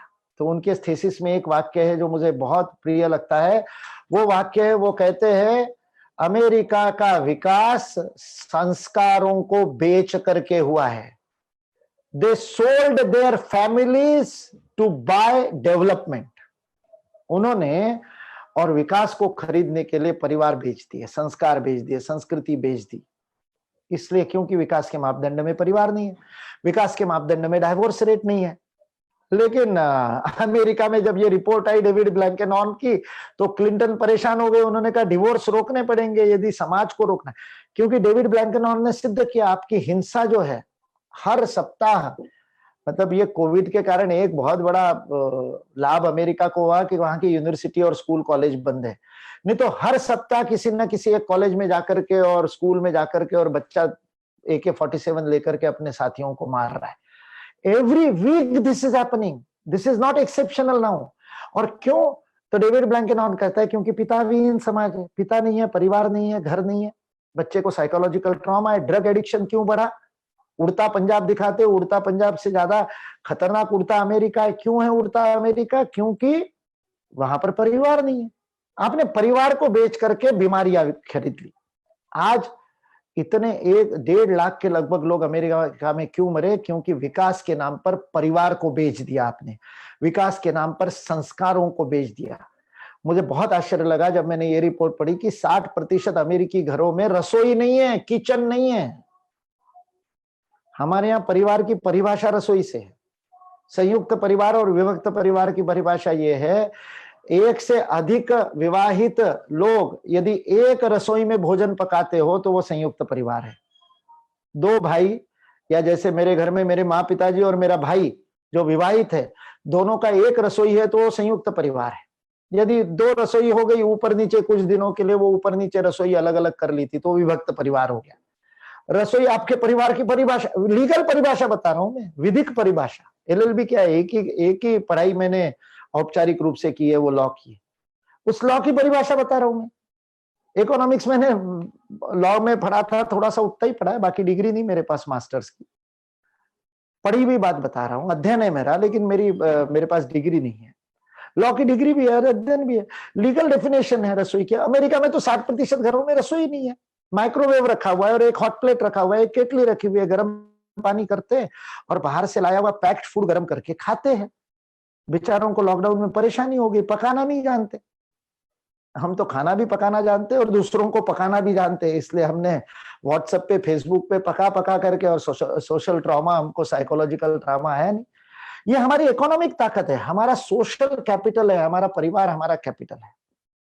इसलिए हमने कहा कि विकास के मापदंडों पर पुनर्विचार करना पड़ेगा। छोटा सा देश है भूटान, आपके बड़ौदा जितना पॉपुलेशन होगा। बड़ौदा की 20-25 लाख 30 लाख आबादी होगी, भूटान की उतनी आबादी है। और उस भूटान के राजा ने जिग्मे सिग्मे वांगचुक ने 10 साल पहले विश्व को चुनौती दी, क्या जीडीपी की बात करते हो? यदि सुख की और आप इंडेक्स बना सको, माप सको, क्योंकि इकोनॉमिक्स की परिभाषा सुख की परिभाषा है, वो मानते कंजम्पशन से सुख मिलता है, भोग से, इसलिए कंजम्पशन को सुख का कारण मानते हैं। इसलिए वो कैलोरीज के आधार पर कैपिटा इनकम को और गरीबी की रेखा को वो मानते हैं कितनी कैलोरी फूड है, कितनी कैलोरी कंजम्पशन है। और इसलिए वहां पर बर्गर भी इतने बड़े बड़े 2-2, 1.5 फीट के बर्गर बनाते हैं, क्योंकि ज्यादा खाएगा तो ज्यादा विकसित है। इसलिए एवरीथिंग बिग, घर बिग, कार बिग, वो लिमोजिन इतनी बड़ी कार, वो क्यों बनाई 10 फीट की कार? क्योंकि बड़ा यानी विकास, गति यानी विकास, गति यानी प्रगति। पूरे पश्चिम में ये चला और आज हम भारत में भी उस विकास की अंधी दौड़ में चल पड़े। अर्बनाइजेशन यानी विकास। आज क्यों कोरोना में श्रमिकों की समस्या आई, प्रवासी श्रमिकों की समस्या आई? अरे उड़ीसा, बिहार और वहां के मजदूर बड़ौदा की और सूरत की फैक्ट्रियां चला रहे। सूरत आत्मनिर्भर है क्या? मैं वो क्या गौरवशाली गुजरात, वो क्या आप नारा दे, गर्वी गुजरात नारा देते हैं आप। आपके गर्व को मैं चुनौती देता हूं, गुजरात की चुनौती को। अरे आप आत्मनिर्भर हो ही नहीं, आपकी फैक्ट्री चलती बिहार के भरोसे है। ये कौन सा विकास है भाई? ये कौन सा विकास का मापदंड है? मैं तो बिहार को विकसित मानता हूं, जो मुंबई को चला रहा है, जो भारत का सबसे ज्यादा जीडीपी में कंट्रीब्यूट करने वाला शहर है, उस शहर को चलाता तो यूपी और बिहार है। तो यूपी और बिहार यदि तुमको चलाते और यूपी और बिहार वाले यदि वापस चले गए, और आज योगी जी ने कहा कि प्रत्येक जिले का हम यूएसपी बनाएंगे और उस जिले में इंडस्ट्री का विकास करेंगे, विकेंद्रित विकास होते ही मुंबई चलेगा कैसे? समस्या मुंबई की है, समस्या यूपी बिहार की नहीं है। उनको आप अविकसित कर रहे हो यूपी बिहार को, और मुंबई को विकसित कर रहे हो, जो कि खुद के बूते पर चल नहीं सकता, उसकी आत्मनिर्भरता नहीं है।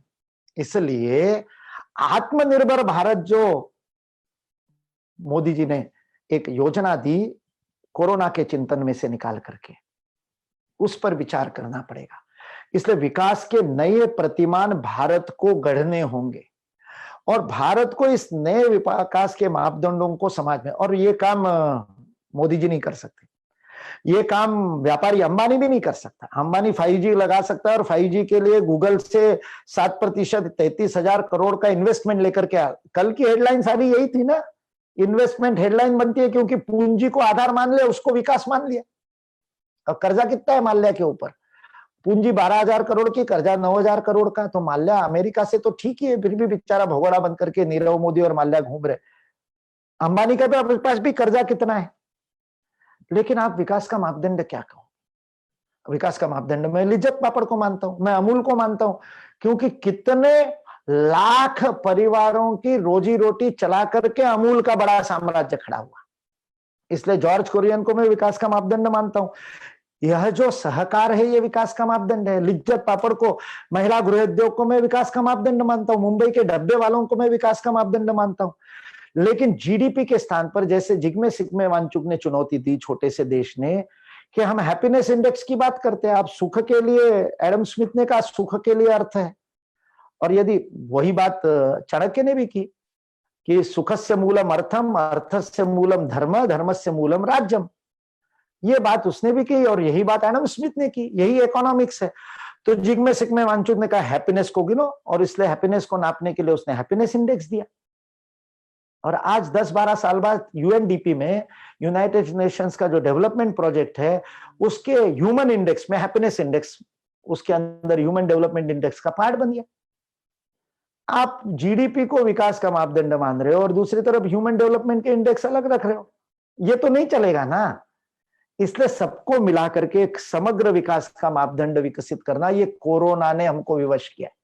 और ये काम करना पड़ेगा एकेडमिशियंस को, ये काम करना पड़ेगा शोधकर्ताओं को, ये काम करना पड़ेगा। बहुत सही बात परिमल जी ने कही, और आपको क्षमा मांगने की या खेद व्यक्त करने का कोई कारण नहीं है परिमल जी। एक एकेडमिक लीडर के नाते, एक कुलगुरु के नाते आपने कर्तव्य किया अपना, जब आपने शिक्षकों को उनके दायित्व का बोध करने के लिए प्रश्न पूछे। आज जो मैं बता रहा हूं विकास के मापदंड, यानी विकास को माप सके, क्वांटिफाई कर सके, मात्रात्मक रूप में देख सके, ऐसे मापदंड विश्व को देने का कर्तव्य भारत का है, क्योंकि भारत माता जगत गुरु। ये काम वेदों ने हमारे ऊपर दिया है, ये काम ऋषियों ने हमारे ऊपर दिया है। और ये करेगा कौन? चाणक्य करेगा, आज का चाणक्य करेगा, आज का, और शिक्षक करेगा। ये शिक्षक को ही करना पड़ेगा। और उसके लिए मैंने ये विचार जिसका संदर्भ परिमल व्यास जी ने अपने स्वागत उद्बोधन में दिया, वो मैं आपके सामने रखना चाहता हूं। और वो विषय है, जीडीपी को रिप्लेस करने के लिए आपको दूसरा मापदंड देना पड़ेगा। और उसके ऊपर मैंने कुछ काम किया, मैंने 1-2 पेपर लिखे, और संक्षेप में मैं आपके सामने वो विषय रखना चाहता हूं। मैंने उसको नाम दिया है सकल राष्ट्रीय योगदान, ग्रॉस नेशनल कंट्रीब्यूशन। विश्व में किसी भी राष्ट्र का जो मापन करना होगा, कौन सा राष्ट्र अधिक विकसित है, तो उसके मापदंड का आधार योगदान होना चाहिए। ये भारत है। भारत में विकसित उसे माना जाता है जो देता अधिक है। इसलिए मैंने प्रारंभ तत्कर्म यन्न बंधाय से किया था। हम भारतीय शिक्षण मंडल में समापन करते समय प्रार्थना करते, जीवने यावदादानम स्यात् प्रदानम ततो अधिकं। जीवन में जितना हम पाए उससे अधिक हम दे। कैसे संभव है भाई? मेरे पास 5 कुर्ते हैं तो मैं 5 ही तो दान दे सकता हूं, 6 कैसे दान दे सकता हूं? जितना आदान उससे अधिक प्रदान मैं कैसे करूंगा? By sense of contribution, by value addition. आपने क्या उसमें जोड़ा भाई? आपने समाज से लिया, ज्ञान लिया, संस्कार लिए, गुरुओं से प्राप्त किया। What have you added? What value addition you have done? क्या आपने कोई गुणात्मक परिवर्तन किया? क्या आपने कोई उसमें प्रस्तुति के रूप में कोई नया प्रावधान दिया? क्या उस पे अनुसंधान करके आपने कोई नई बात समाज के सामने रखी, नए तरीके से रखी? आपका योगदान क्या है? You will be known for your contribution, not for your consumption. ये पूरी तरह से पैराडिम शिफ्ट है, और इसको मैं इकोनॉमिकली रखना चाहता हूं। ये बहुत बड़ी आध्यात्मिक संकल्पना है, लेकिन इसको क्या आवश्यकता है? ये यज्ञ की संकल्पना है, ये ऋण से उऋण होने की संकल्पना है। भारत इसके आधार पर आगे बढ़ा है। मैंने कही थी बात कि मैं तो केवल एलएलबी हूं, मैं तो केवल एलएलबी हूं, और आप अधिकतर लोग डॉक्टरेट लिए हुए मेरे सामने बैठे हैं, और फिर भी मेरे को बड़े प्रेम से सुन रहे हैं, सम्मान से बुलाते हैं, आदर देते हैं। क्यों? आप एक मिनट रुकिए।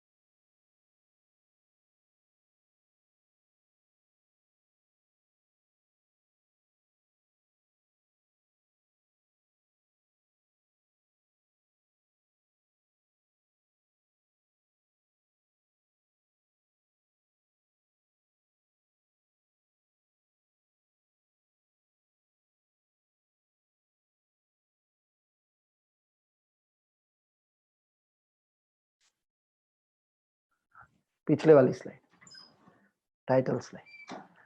बीच में गड़बड़ हो गया था, अब आ रहा है? सबको सुनाई दे रहा है? जी सुनाई दे रहा है। हाँ, बीच में फिर बिजली आ गई वापस, तो इसलिए भी गड़बड़ हुआ। गई तब भी गड़बड़ किया, आई तब भी गड़बड़ किया। विकास के मापदंड में बिजली बहुत बड़ा मापदंड है। आज विकसित देश है, 4% पॉपुलेशन रहती है। विश्व की 4% पॉपुलेशन अमेरिका में रहती है, 33 करोड़ लोग। 4% पॉपुलेशन विश्व की 40% बिजली, 46% बिजली का वापर करती है। यह विकास है। 4% of the population consumes 46% of the electricity and 32% of the oil products. ये अमेरिका का जो विकास का मॉडल है, उसको आज हम चुनौती दे रहे हैं। स्लाइड पूरी, हाँ, उसको आज हम यहां पर चुनौती दे रहे हैं, और नई बात यहां पर कहने की बात कर रहे हैं। तो भर्तृहरि के सभा में गोरखनाथ पहुंचते हैं, भर्तृहरि झुक करके चरण वंदन करता है, गोरखनाथ भर्तृहरि को साष्टांग दंडवत कर देते हैं। सन्यासी और साष्टांग दंडवत राजा को कर रहा है, राजा बेचारा सकुचाता है, हाथ जोड़ करके कहता है महाराज क्या हो गया, कुछ गलती हो गई क्या? तो महाराज उनका पूछते गोरखनाथ जी भर्तृहरि को, तुमने मुझे क्यों प्रणाम किया? बोले मैं आपके त्याग को प्रणाम कर रहा हूं, आपने सर्वस्व का त्याग कर दिया, घर बार छोड़ दिया, सब छोड़ दिया, मेरे को भी लोग छोड़ दिया, आपने घर बार छोड़ दिया। मैं कहता हूं नहीं नहीं, मैंने छोड़ा कुछ नहीं है, मैंने मेरे परिवार को बड़ा कर लिया है। आज केवल मेरे माता पिता नहीं, आप सब मेरे परिवार के अंग हैं। और यहाँ अनेक लोगों के, बैठे हुए लोगों के घर में जो मेरे को सामने दिख रहे, कमल जी के घर में, शीतल बेन के घर में मैंने भोजन किया, गोपाल भाई के घर में मैंने भोजन किया, और परिवार के अंग के रूप में उन्होंने एक भाई के रूप में मुझे भोजन कराया, मैं उनके परिवार का अंग हूँ। हजारों नहीं लाखों परिवार उनके साथ मैंने अपना परिवार बढ़ा लिया, इसलिए मैंने छोड़ा नहीं है। लेकिन भर्तृहरि ने गोरखनाथ जी को कहा आपने सब कुछ छोड़ दिया, आपके त्याग को मैंने प्रणाम किया। गोरखनाथ जी ने मुस्कुरा करके कहा तेरा त्याग मुझसे बड़ा है, इसलिए मैंने तेरे को साष्टांग दंडवत किया। राजा ने पूछा मैं तो सिंहासन पे बैठा हूं राजा, वो मेरा त्याग बड़ा कैसे? तो बड़े मुस्कुराते हुए और गोरखनाथ जी ने बात कही। गोरखनाथ जी ने कहा मैंने ईश्वर के लिए संसार का त्याग किया है, बड़ी बात को पाने के लिए छोटे का त्याग किया है। तूने संसार को पाने के लिए ईश्वर का त्याग कर रखा है, इस सिंहासन के लिए ईश्वर को छोड़ रखा है। तेरा त्याग मुझसे बड़ा है क्योंकि तूने छोटी बात के लिए बड़े का त्याग किया। तो भर्तृहरि ने कहा कि मैं आज ही सब कुछ छोड़ देता हूं। मैं कथा को पूरा नहीं बताऊंगा, मेरे को कथा कथन में आनंद आता है तो बहक जाता हूं। लेकिन योगदान करना कितना आपने कंट्रीब्यूट किया है, वह कंट्रीब्यूशन आपके विकास का मापदंड बनना चाहिए। और उसके लिए मैंने एक मैट्रिक्स, एक इस प्रकार का एक तंत्र सूत्र बनाने की कोशिश की कि जिस सूत्र में हम राष्ट्र के योगदान को माप सकेंगे। 2 स्तरों पर इसको मापने का प्रयत्न मैंने किया। एक तो आत्मनिर्भर होना चाहिए और साथ में कुछ योगदान करना चाहिए। खुद भिक्षा मांगनी पड़े और योगदान करता रहे तो त्याग तो है, लेकिन वो कोई आदर्श स्थिति नहीं है। इसलिए आत्मनिर्भरता के ये 4 मापदंड मैंने सामने रखे। आर्थिक आत्मनिर्भरता होनी चाहिए, आर्थिक रूप से स्वयं पूर्ण होना चाहिए। अभी जो आत्मनिर्भर भारत योजना बनाई उसमें यही कर है। आज हमारा फॉरेन एक्सचेंज रिजर्व बहुत अच्छा है, लेकिन हमारा ट्रेड डेफिसिट बहुत जबरदस्त है, हमारा फिस्कल डेफिसिट बहुत जबरदस्त है। ये आर्थिक इकोनॉमिक मापदंड है जिस आधार पर हम सेल्फ रिलायंट है कि नहीं, आत्मनिर्भर है कि नहीं, हम अपनी आर्थिक आवश्यकताओं को स्वयं पूर्ण कर पा रहे कि नहीं कर पा रहे। आज जब आत्मनिर्भर भारत की बात की और आज जब गलवान के अंदर चीन के साथ में प्रतिद्वंदिता हो गई, हमारे 3 बहुत बड़े सेना नायक और वीरगति को प्राप्त हुए और उसके बाद में 17 लोग और वीरगति को प्राप्त हुए। सारा देश दुख में डूब गया और सारे देश ने तय किया कि चाइना को हम सिखाएंगे और चाइना को वहां चोट करेंगे जहां उसको समझ में आती है। इसलिए चाइना के जेब पर चोट देने का तय किया और स्वदेशी आत्मनिर्भरता को स्वीकार किया कि चाइना का फोन फेंक देंगे, चाइना का मेड इन चाइना कोई वस्तु का प्रयोग नहीं करेंगे। और ऐसा कहते हैं कि एक दिन के अंदर और 40 लाख करोड़ का नुकसान चाइना को होने लगा। चाइना भिक्षा मांग रहा है। आप ग्लोबल टाइम्स की न्यूज यदि देखेंगे, जो चाइनीज गवर्नमेंट की और न्यूज एजेंसी है, उसको यदि देखेंगे तो चाइना भारत के सामने आज गिड़गिड़ा रहा है। हमारे लोगों ने सबक सिखा दिया, लेकिन इंडस्ट्री कह रही है ये कोई मतलब नहीं रखता, ये तो आपकी छोटी मोटी बातें है कि आप इस बार राखी कम पड़ने वाली है। मेरी बहनों को मैं कहूंगा राखी भेजे मत, मौली इस्तेमाल करे। मौली यानी वो जो धागा होता है ना, कलेवा, उस धागे का प्रयोग करे, क्योंकि चाइना से राखियां आने नहीं दी है हमने। 80,000 कंटेनर चाइना के और अलग विभिन्न पोर्टों पर अटके पड़े हैं। कोरोना के भय से उनको अंदर नहीं ले रहे। व्यापारियों का भी नुकसान हो रहा है, चाइना का भी नुकसान हो रहा है। राखी चाइना से आती थी, पिछले 5-7 वर्षों में राखी भारत में जो गृह उद्योग में बनती थी वो कम हो गई। बेचारे उनसे सस्ती राखी चाइना भेज रहा था। होली पे पिचकारी चाइना भेज रहा है, दिवाली पे लड़े चाइना भेज रहा है। कितना हम निर्भर हो गए हैं। यह आत्मनिर्भरता का मापदंड ये होगा, क्या आप अपनी आवश्यकताओं को अपने अंदर पूरा कर रहे हैं। आर्थिक आत्मनिर्भरता आज भारत ने उसके ऊपर शुरू किया। फार्मा इंडस्ट्री, जो बड़ौदा तो बहुत बड़ा स्थान है फार्मा इंडस्ट्री का। आज विश्व के 60% फार्मास्यूटिकल्स का प्रोडक्शन भारत में होता है। We have become a pharmaceutical hub. एक समय जब कैडिला, सिप्ला और डॉक्टर रेड्डी जैसे कुछ लोग ही थे, आज इंटरनेशनल बड़े बड़े और लोग, आपके बड़ौदा में बड़ी बड़ी एमएनसीज की फार्मा की फैक्ट्री है, आज फार्मा की बहुत बड़ी हब है। लेकिन मुझे जब पता चला, जब मैं इन लोगों से बात करता हूँ मित्रों से, तब पता चला कि फार्मा इंडस्ट्री में बहुत बड़ा रॉ मटेरियल आज चीन से आता है, लगभग 40% रॉ मटेरियल चीन से आता है। टेक्सटाइल, सूरत बहुत बड़ा, अहमदाबाद, सूरत और बड़ौदा भी बहुत बड़ा टेक्सटाइल का हब है। टेक्सटाइल में बहुत बड़ा रॉ मटेरियल आज अमेरिका, चाइना से आ रहा है। केमिकल्स, बहुत बड़े केमिकल्स पे, ऐसे लगभग 450 सेक्टर से जिसमें हम इंपोर्ट के लिए चाइना पर निर्भर है रॉ मटेरियल के।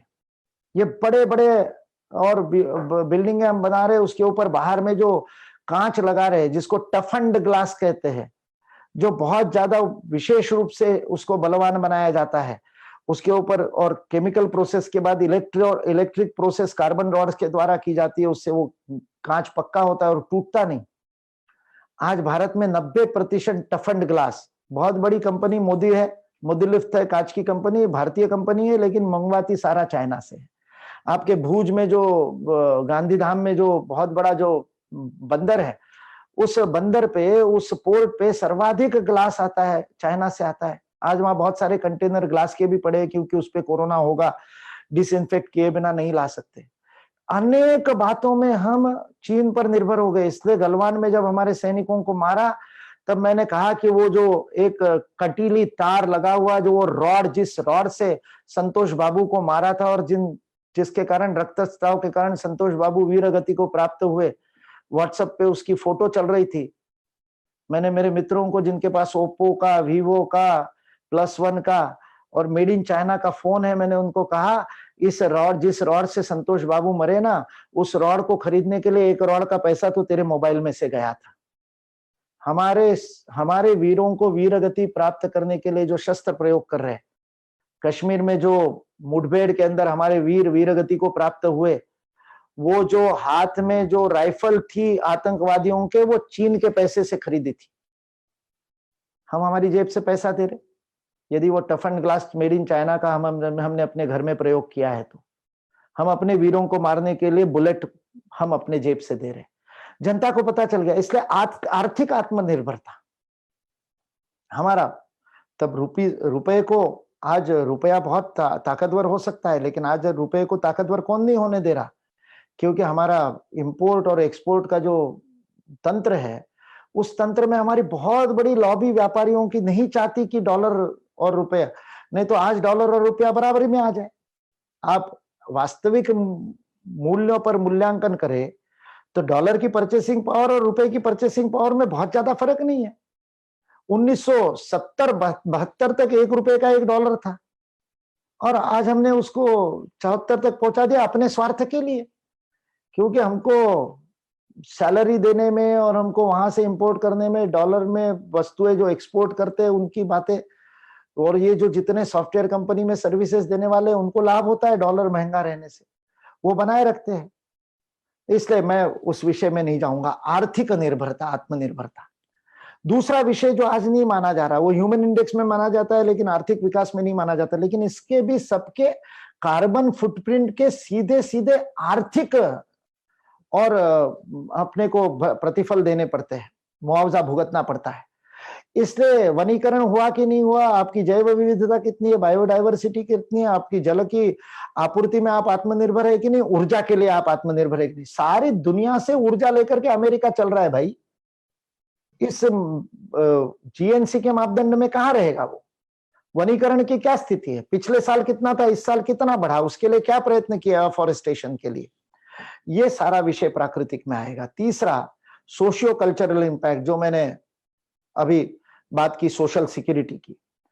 आपके इसमें एजुकेशन की एक्सेसिबिलिटी क्या है? कितने लोग पढ़ाई करते हैं, कितने लोग कितने स्तर तक पढ़ाई करते हैं, क्या क्या पढ़ाई होती है, उसकी गुणवत्ता क्या है, उसकी मात्रा भी क्या है, उसकी गुणवत्ता क्या है, सोशल हार्मनी क्या है, कितनी विविधता से लोग साथ में प्रेम से रहते हैं। एक किसी कृष्ण वर्णीय व्यक्ति को, अफ्रीकन अमेरिकन को पुलिस ने मारा और पूरा अमेरिका भड़क गया। ये सद्भाव की स्थिति है। एक वोल्केनो पे बैठा हुआ है, नंबर 1 देश दुनिया का, एक ज्वालामुखी पे बैठा है, छोटी सी चिंगारी में घरवास के मध्य भी, लॉकडाउन के मध्य भी पूरा अमेरिका सड़कों पर आ गया। ये सामाजिक सद्भाव है क्या? ये सामाजिक सद्भाव की स्थिति है क्या? हमारे यहाँ पर और अमेरिका में चर्च के सारे, वो अमेरिका मतलब कॉन्स्टिट्यूशनली ईसाई गणतंत्र है। It is a Christian, Baptist Christian republic. हम में से प्रोटेस्टेंट क्रिश्चियन रिपब्लिक, हम में से कितने लोगों को पता है कि अमेरिका यह पंथ निरपेक्ष या सेक्युलर कंट्री नहीं है? अमेरिका धार्मिक देश है। और उसके बावजूद अमेरिका में और चर्च के सारे डिनोमिनेशन काम नहीं कर सकते। रोमन कैथोलिक कुछ मात्रा में काम कर सकते हैं, लेकिन लुथेरियन चर्च जो जर्मनी का है वो अमेरिका में अपनी चर्च नहीं खोल सकता। एंग्लिकन चर्च जो इंग्लैंड का है वो वहां नहीं खोल सकता। वैसे ही बैप्टिस्ट चर्च बिना परमिशन के इंग्लैंड में नहीं खोल सकता। केवल भारत एकमात्र देश है जहां पर 108 क्रिश्चियन डिनोमिनेशन काम करते हैं। 7 डे मेथोडिस्ट भी काम करते हैं, ऑस्ट्रेलियन बैप्टिस्ट भी काम करते हैं, अमेरिकन बैप्टिस्ट भी काम करते हैं। सब प्रकार के चर्च, 108 प्रकार के चर्च भारत में काम करते हैं। यह सामाजिक सद्भाव है, प्रेम से रहते। सारे फिरके, जहां शिया है वहां सुन्नी नहीं रहते, जहां सुन्नी है वहां शिया नहीं रह सकते। बोहरा और अहमदिया को दोनों नहीं मानते। ये 52 प्रकार के फिरके और इस्लाम में है, वो सारे के सारे 52 भारत में प्रेम से रहते। शिया भी रहते, सुन्नी भी रहते, बोहरा भी रहते, अहमदी भी रहते, बरेलवी भी रहते और आपके दारुल देवबंदी भी रहते। सारे लोग रहते भारत। वो लड़ते नहीं आपस में, प्रेम से रहते। इसलिए ये सामाजिक सद्भाव की बात भी और विकास के अंदर आनी चाहिए। क्राइम रेट देखना चाहिए, पर कैपिटा क्राइम रेट। देखिए 1 लाख के ऊपर कितने क्राइम होते हैं।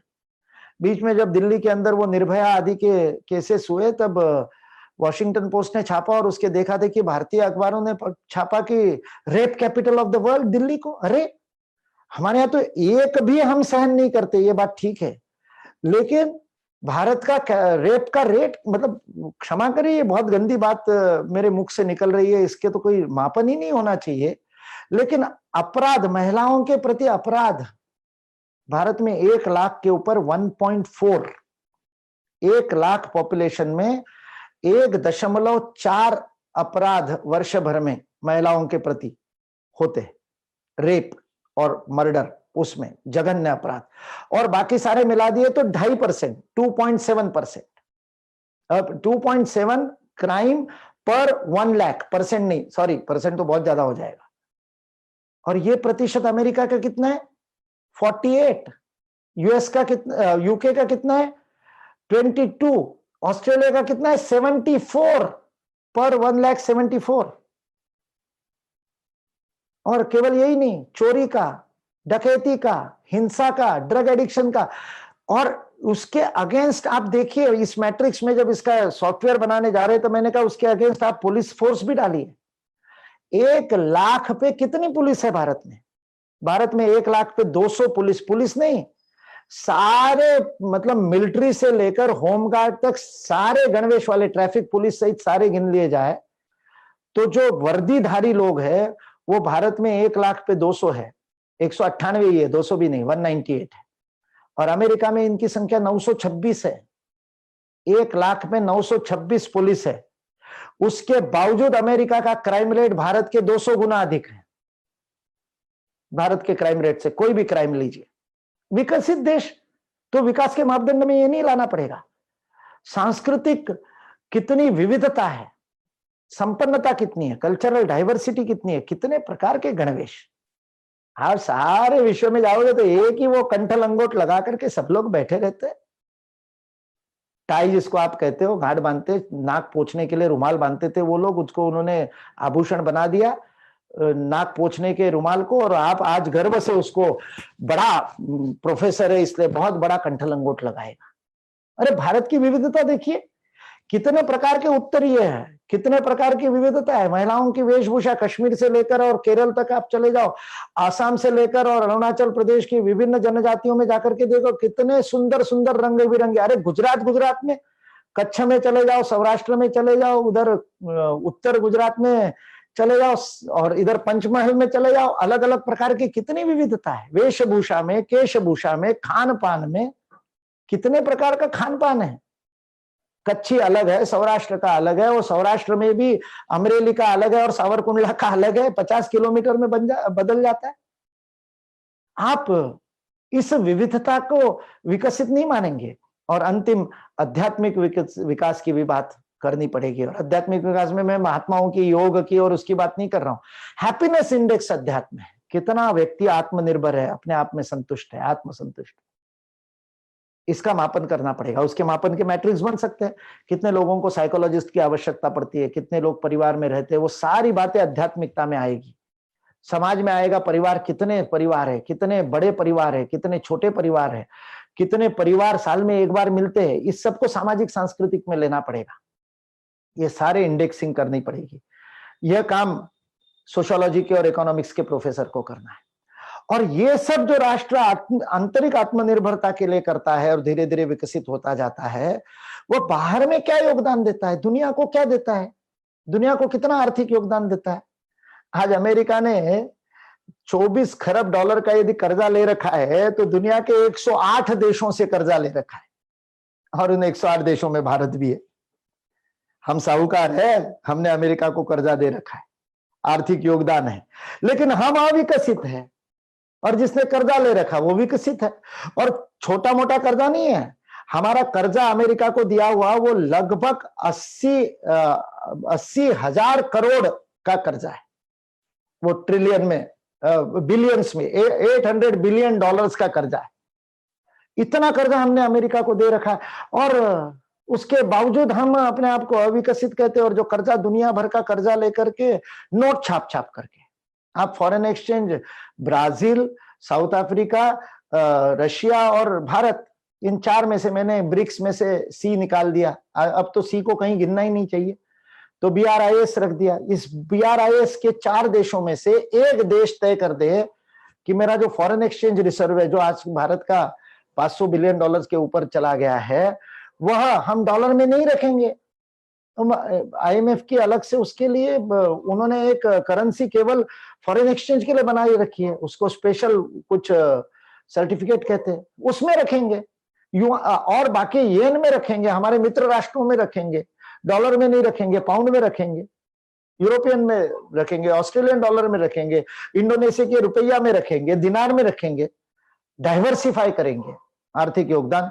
अगर हमने ऐसा कर दिया तो अमेरिका डूब जाएगा। एक दिन में अमेरिका की सरकार डूब जाएगी यदि भारत ने केवल फॉरेन एक्सचेंज और डॉलर खरीदना बंद कर दिया। तो हमने शुरू किया, हमने ईरान को कहा था कि हम यूको बैंक के थ्रू हम उनको रुपए में पेमेंट करेंगे, जितना हम उनसे खरीदते। येमेन के साथ भी हमने किया कि हम जितना उनसे पेट्रोल खरीदते, उस पेट्रोल का पैसा हम डॉलर में नहीं देंगे। क्यों फ्री में डॉलर में दे? 2 देश आपस में व्यापार कर रहे हैं और अमेरिका को फालतू में कर्जा मिल रहा है क्योंकि हम डॉलर में पैसा दे रहे हैं, पेट्रोल का पैसा। हमने कहा नहीं देंगे। ये आर्थिक योगदान है विश्व को। देने वाला देश कौन सा और लेने वाला देश कौन सा? प्राकृतिक योगदान भी फिर से, हम विश्व में कितना कार्बन फुटप्रिंट दे रहे हैं। जैसे मैंने कहा, विश्व की 1/6 आबादी भारत में रहती है, 1/6 ऑफ द पॉपुलेशन भारत में रहता है, हर 6ठा व्यक्ति भारत में रहता है। लेकिन हम बिजली कितना प्रयोग करते हैं विश्व की? 3% बिजली केवल हम विश्व की उपयोग में लेते हैं। 40% जनता विश्व की भारत में रहती है और 3% बिजली लेते हैं। इसका उपयोग करना पड़ेगा ना। ऊर्जा का प्रबंधन कैसा है? सेल्फ सफिशिएंट है क्या? हम सोलर ऊर्जा से काम चला रहे हैं क्या? कि हम एटॉमिक ऊर्जा पर ज्यादा जा रहे हैं? हम विदेशों से यूरेनियम ला करके, यूक्रेन से और दुनिया भर से यूरेनियम खरीद करके बिजली का उत्पादन कर रहे हैं कि हमारे यहाँ पर बिजली का उत्पादन अपने इससे कर रहे हैं? ये ग्लोबल कंट्रीब्यूशन में आएगा। हम विश्व को बिजली दे रहे हैं, हम विश्व को ऑक्सीजन दे रहे हैं हमारे फॉरेस्ट के द्वारा, हम विश्व को बायोडाइवर्सिटी दे रहे हैं। ये हमारा, हम वेस्ट मैनेजमेंट कितना अच्छा कर रहे हैं, विश्व में कितना कम पोल्यूशन दे रहे हैं, ये हमारा योगदान होगा। प्रत्येक देश यदि ये मापदंड विकास का कर दिया तो प्रतिस्पर्धा इसमें होगी कि ये ज्यादा कैसे किया जाए। इसलिए जीडीपी के स्थान पर जीएनसी बनाना आवश्यक है। आज सारी दुनिया को हमने डॉक्टर दे रखे, हमने इंजीनियर दे रखे, हमने चार्टर्ड अकाउंटेंट दे रखे। मैं हमेशा बताता हूँ, श्वार्ज़नेगर जब कैलिफोर्निया का गवर्नर बना, वो बहुत बड़ा जो कौन से टर्मिनेटर वगैरह का जो हीरो है श्वार्ज़नेगर, वो श्वार्ज़नेगर जब कैलिफोर्निया का ये बना, गवर्नर बना, तो सबसे पहली समस्या उसके सामने पॉलिटिशियन ने, अभिनेता नेता बना, बेचारे को पॉलिटिक्स तो आती नहीं थी, तो पॉलिटिशियंस ने उसके सामने जो सबसे पहली समस्या रखी, वो समस्या ये रखी कि हमारे IRS की, वहां पर सारे स्टेट के अभी इनकम टैक्स है, उस इनकम टैक्स को इंटरनल रेवेन्यू सिस्टम कहते हैं, IRS कहते हैं अमेरिका में। 50 इनकम टैक्स अलग अलग है और फेडरल इनकम टैक्स अलग है, फेडरल IRS अलग है। तो वहां के प्रत्येक व्यक्ति को 2-2 इनकम टैक्स भरने पड़ते हैं, तो लगभग आमदनी का 40% इनकम टैक्स में जाता है अमेरिका में, जितनी आमदनी होती है, क्योंकि अपने स्टेट को भी IRS देना पड़ता है और फेडरल भी देना पड़ता है। खैर, तो IRS यानी उनके इनकम टैक्स की, उन्होंने कहा कि फाइलें आप कैलिफोर्निया में वापस लाओ, जो आउटसोर्स की है, हमारे अकाउंट्स की फाइलें बाहर है, उसको वापस लाओ। इसने कहा मेरे को पता नहीं है, मैं एक्सपर्ट्स की कमेटी बनाता हूं, वो बताएगी, 3 महीने में रिपोर्ट देगी। 3 महीने में रिपोर्ट दी गई। आप में से पता नहीं कितने लोगों को पता है, आश्चर्य होगा, अमेरिका के 18 राज्यों की IRS की फाइलें, इनकम टैक्स के अकाउंट्स की फाइलें बिजनेस प्रोसेस आउटसोर्सिंग BPO के नाम से भारत में है। हमारे अकाउंटेंट उनका अकाउंट संभालते हैं अमेरिका का। ये प्रतिभा का दान है हमारा। श्वार्ज़नेगर ने 3 महीने बाद रिपोर्ट दी, एक्सपर्ट्स की रिपोर्ट दी, no it can not be done. यानी जितने ये ब्रैड पीट और जितने ये बड़े बड़े कैलिफोर्निया के जो हॉलीवुड के बड़े बड़े जो एक्टर्स है, उनकी इनकम टैक्स की फाइल गुड़गांव में है, गुरुग्राम में। किसी दिन हमारा यदि लड़ाई हमसे डोनाल्ड ट्रम्प ने ज्यादा बदतमीजी की तो हम कहेंगे बेटा सब तुम्हारी फाइलें यहीं पर खत्म, देंगे ही नहीं वापस, सर्वर की इलेक्ट्रिसिटी बंद कर देंगे। सर्वर की इलेक्ट्रिसिटी बंद कर दे तो अमेरिका का IRS बंद हो जाएगा, इंटरनल रेवेन्यू सिस्टम बंद हो जाएगा। श्वार्ज़नेगर ने कहा no it can not be brought back. Why? इतने क्वालिफाइड अकाउंटेंट अमेरिका में नहीं है जितने चार्टर्ड अकाउंटेंट भारत प्रोड्यूस करता है दुनिया में, जितने इंजीनियर का पूल तैयार करता है, जितने हमारे IITians दुनिया के बेस्ट इंजीनियर्स हैं। और फिर भी अमेरिका विकसित। अरे हमारे लोगों के भरोसे तुम्हारा नासा चलता है, हमारे लोगों के भरोसे तुम्हारे उपचार चलते हैं। बेस्ट डॉक्टर पटेल है वहां के बेस्ट डॉक्टर गुजरात ने दिए, वहां के बेस्ट इंजीनियर हमने दिए, बेस्ट साइंटिस्ट हमने दिए, बेस्ट इकोनॉमिस्ट हमने दिए, बेस्ट वेंचर कैपिटलिस्ट हमने दिए, बेस्ट बैंकर्स हमने दिए। सारी बैंकें हमारे भरोसे चलती है। वहां के फॉर्च्यून 500 कंपनियों में से अधिकतर के CEO आज एशिया से, या तो भारत से, या जापान से, या कोरिया से, या चाइना से, या इंडोनेशिया से, या वियतनाम से। तो ये प्रतिभा का दान दुनिया को कितना दिया। इसमें पेटेंट वगैरह भी आएंगे जिसमें हम कमजोर पड़ते हैं, जिसमें कोरिया जैसा छोटा सा देश आगे, पेटेंट के ज्यादा मार्क्स उसको मिल जाएंगे, पेटेंट के ज्यादा मार्क्स जर्मनी को मिल जाएंगे, पेटेंट के ज्यादा मार्क्स वियतनाम को मिल जाएंगे।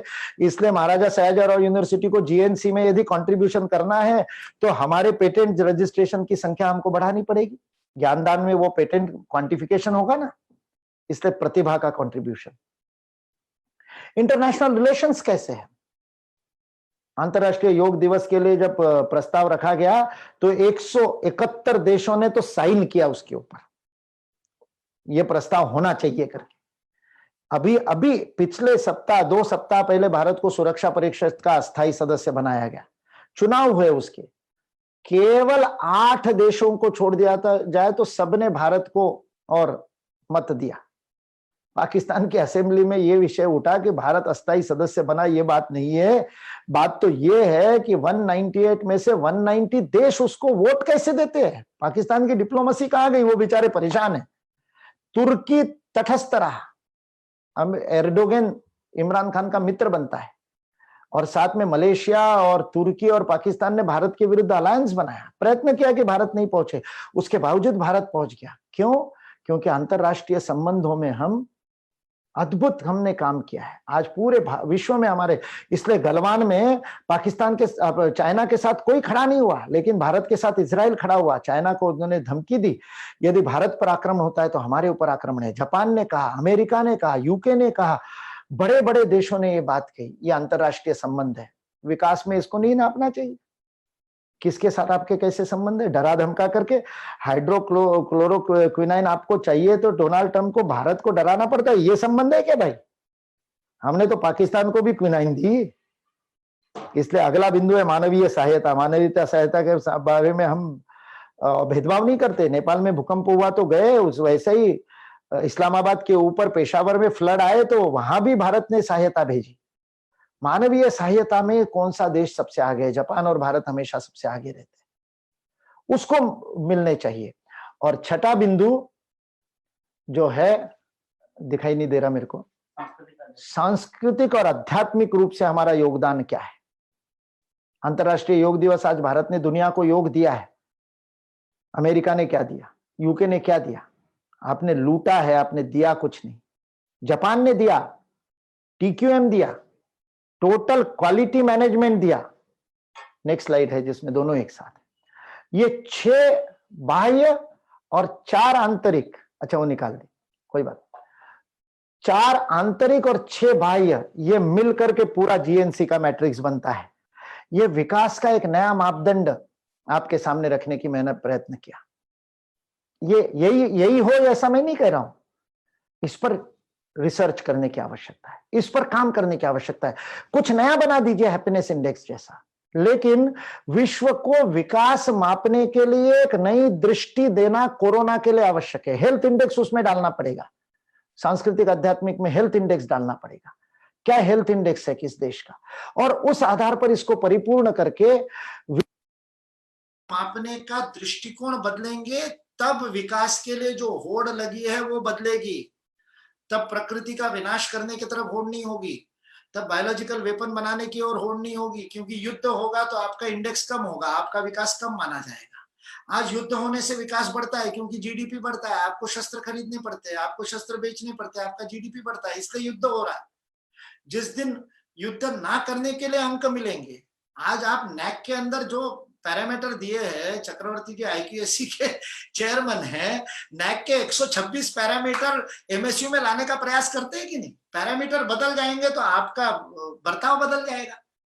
उस पैरामीटर में परीक्षा है, इसलिए परीक्षा कैसे लेना यह आपको परेशानी है। परीक्षा का तरीका बदल दिया नीट ने या आईआईटी ने, तो बच्चों की परीक्षा पढ़ाई करने का तरीका बदल गया। विकास के मापदंड बदलेंगे तो राष्ट्रों का व्यवहार बदलेगा। ये बात हमको ध्यान में देनी है।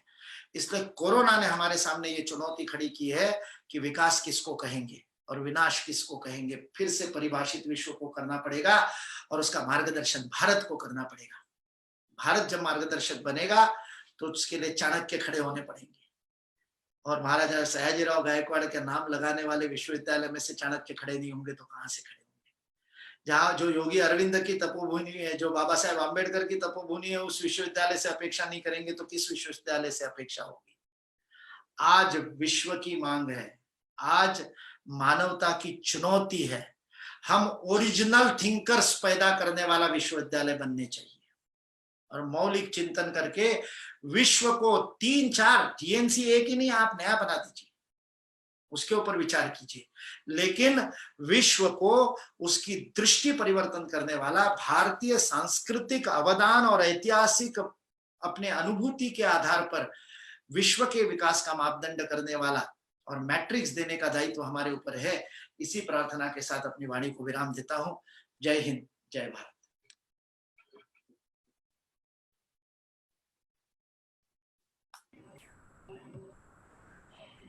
थोड़ा समय ज्यादा लिया शायद मैंने। नहीं, कोई बात नहीं, लेकिन करने की आदत नहीं है, स्लाइड उपयोग करने से समय ज्यादा लग गया। It was very revealing. काफी तथ्य जो हमको पता नहीं थे वो जानने को मिले और एक नई दिशा मिली है। मैं आपको आश्वस्त करना चाहूंगा कि रिसर्च फॉर रिसर्जेंस फोरम के साथ जो हमारा एमओयू है उसके अंतर्गत इन विषयों को हम लोग जरूर लेंगे और उस पर कार्य करने का पूरा प्रयत्न करेंगे। इतना मैं आश्वस्त करना चाहता हूँ आपको। एक संक्षेप में मैं एक ही प्रश्न है मेरा जो मैं आपसे पूछना चाहूंगा कि इसमें खास करके विश्वविद्यालय की भूमिका सेल्फ रिलायंस में क्या होनी चाहिए? बहुत बढ़िया। मैंने कल भी ये विषय एक जगह पर लिया था, आत्मनिर्भरता के लिए शिक्षा, और उसमें मैंने 4 बिंदु रखे थे। यदि आत्मनिर्भर भारत बनना है तो हमारे विद्यार्थियों में आत्मविश्वास भरना पड़ेगा। आत्मनिर्भरता का प्रारंभ आत्मविश्वास से होता है, और आत्मविश्वास जब हम भर देते हैं तब जॉब गिवर्स पैदा करते हैं, जॉब सीकर्स पैदा नहीं करते। इसलिए हमारे यूनिवर्सिटी से इतना प्लेसमेंट हुआ, हमारे कॉलेज से इतना प्लेसमेंट हुआ, उसकी जगह हमारे कॉलेज ने इतने सेल्फ एम्प्लॉयड खड़े किए, हमारे कॉलेज ने इतने उद्योजक खड़े किए, हमारे विश्वविद्यालय ने इतने ऐसे लोग खड़े किए जिन्होंने औरों को नौकरी दी। ये दूसरी दृष्टि परिवर्तन है जो विश्वविद्यालय ही कर सकते हैं, जो शिक्षक ही कर सकता है। पहला आत्मविश्वास, आत्मनिर्भरता के लिए आवश्यक, दूसरा उद्यमिता की दृष्टि। यह उद्यमिता की दृष्टि भी हम ही केवल दे सकते हैं। तीसरा विषय है शोध। शोध as a pedagogy. Research should become the pedagogy. Research ये केवल एडिशनल नहीं है, एमए के साथ रिसर्च कर रहे हैं, एमएससी के साथ रिसर्च कर रहे हैं, नहीं। ग्रेजुएशन की, अंडर ग्रेजुएट, आपके यहाँ तो पॉलिटेक्निक भी है, पॉलिटेक्निक की पढ़ाई ही रिसर्च पर आधारित हो, हर सब्जेक्ट रिसर्च पर आधारित ही शिक्षण विधि हो, पैडागॉजी ही रिसर्च बने। इसी से भारत आत्मनिर्भर बनेगा। और चौथा, हमारा विश्वविद्यालय का कैंपस आत्मनिर्भर होना चाहिए। हमको ऊर्जा गुजरात के बिजली बोर्ड से लेने की आवश्यकता नहीं पड़नी चाहिए, और हमारा वेस्ट मैनेजमेंट अपने पास ही चला जाना चाहिए। RFRF में हमारे पास पूरी योजना है, हमने 2 कैंपसेस को वो कंसल्टेंसी दी है। हम प्रोफेशनली इस बात की कंसल्टेंसी देते हैं कि आप अपने ही कैंपस को कैसे पूरी तरह से आत्मनिर्भर बना सकते हैं, बिजली के लिए भी और वेस्ट मैनेजमेंट के लिए। तीसरी स्थिति थोड़ा सा समय लगेगा, लेकिन वो भी किया जा सकता है, और मुझे पता है परिमल व्यास जी ने इस दिशा में प्रयास शुरू कर दिए हैं। फाइनेंशियली भी विश्वविद्यालय आत्मनिर्भर हो सकता है। उसके लिए हमने भारतीय गुरुकुल पद्धति का आदर्श बताया था। दशांश दान का आदर्श है भारतीय गुरुकुल पद्धति में। अपनी एल्यूमिनी को, अपने पूर्व छात्रों को प्रेरित करना पड़ेगा। गुरुकुल कैसे चलते थे? इतने आक्रांत आ गए और राज्य हमारा नहीं था, राजा का आश्रय नहीं था, लेकिन 1823 तक 60 लाख गांव में गुरुकुल थे। लाखों गुरुकुल कैसे चलते थे? तो गुरुकुल से पढ़ लिख करके निकला हुआ व्यक्ति जो देश विदेश में कहीं भी जाकर के काम करेगा, अपने आमदनी का 10वां हिस्सा गुरुकुल को देगा। आपके सारे विश्व में फैले हुए हैं आपके विद्यार्थी, पूर्व विद्यार्थी, इतने वर्षों की आपकी परंपरा है। आपके सारे पूर्व विद्यार्थी 10% नहीं, 2% भी अपने आमदनी का आपको देने लगे तो सरकार जितना पैसा देती है उससे ज्यादा पैसा आपके पास आ जाएगा। आर्थिक रूप से आप आत्मनिर्भर हो जाएंगे। इसलिए आत्मनिर्भर विश्वविद्यालय, ये भी योजना 10 साल लगेंगे, 15 साल लगेंगे, 20 साल, 50 साल लगेंगे, लेकिन दृष्टि तो शुरू करनी पड़ेगी, प्रारंभ तो करना पड़ेगा। और वो प्रारंभ आज से करना पड़ेगा कि हमारी स्वायत्तता आत्मनिर्भरता से शुरू होनी चाहिए। इसलिए ऊर्जा की आत्मनिर्भरता, वेस्ट मैनेजमेंट की आत्मनिर्भरता, प्रतिभा की आत्मनिर्भरता, ये तीसरी बात जो विश्वविद्यालयों को करनी चाहिए। अब वो मुझे लगता है 70-80 के दशक तक भी था। आप लोगों ने, जो बड़े लोग हैं उनको तो पता होगा कि जो विश्वविद्यालय का जो गोल्ड मेडलिस्ट होता था, खास करके मास्टर्स डिग्री में, उसको तुरंत विश्वविद्यालय में असिस्टेंट प्रोफेसर ले लेते थे।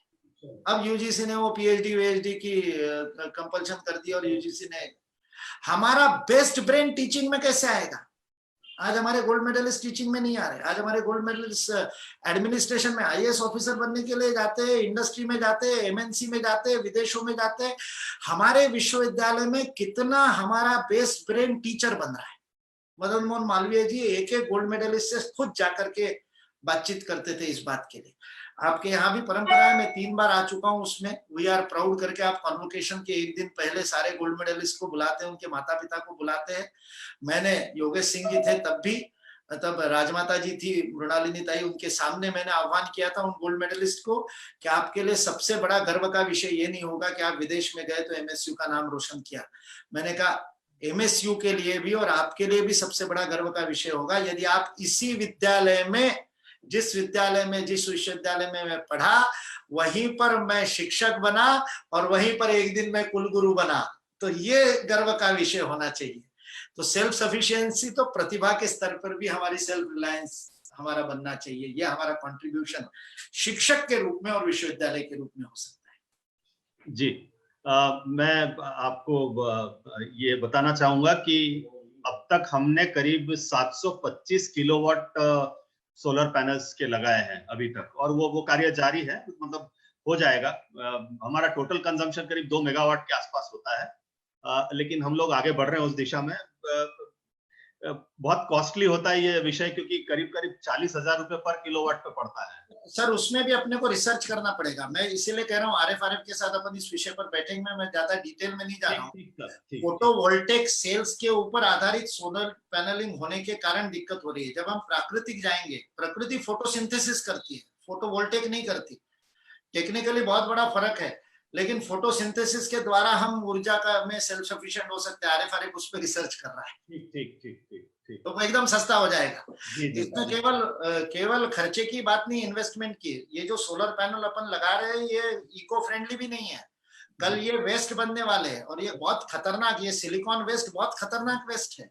और ये सबके सब चाइना से ही आते हैं। हाँ, ये भी बात है, ये बहुत बड़ी बात है। उसमें भी सेल्फ रिलायंस के दृष्टि से सोलर एनर्जी का ही नहीं, अपने को और भी एनर्जी का उपयोग करना पड़ेगा।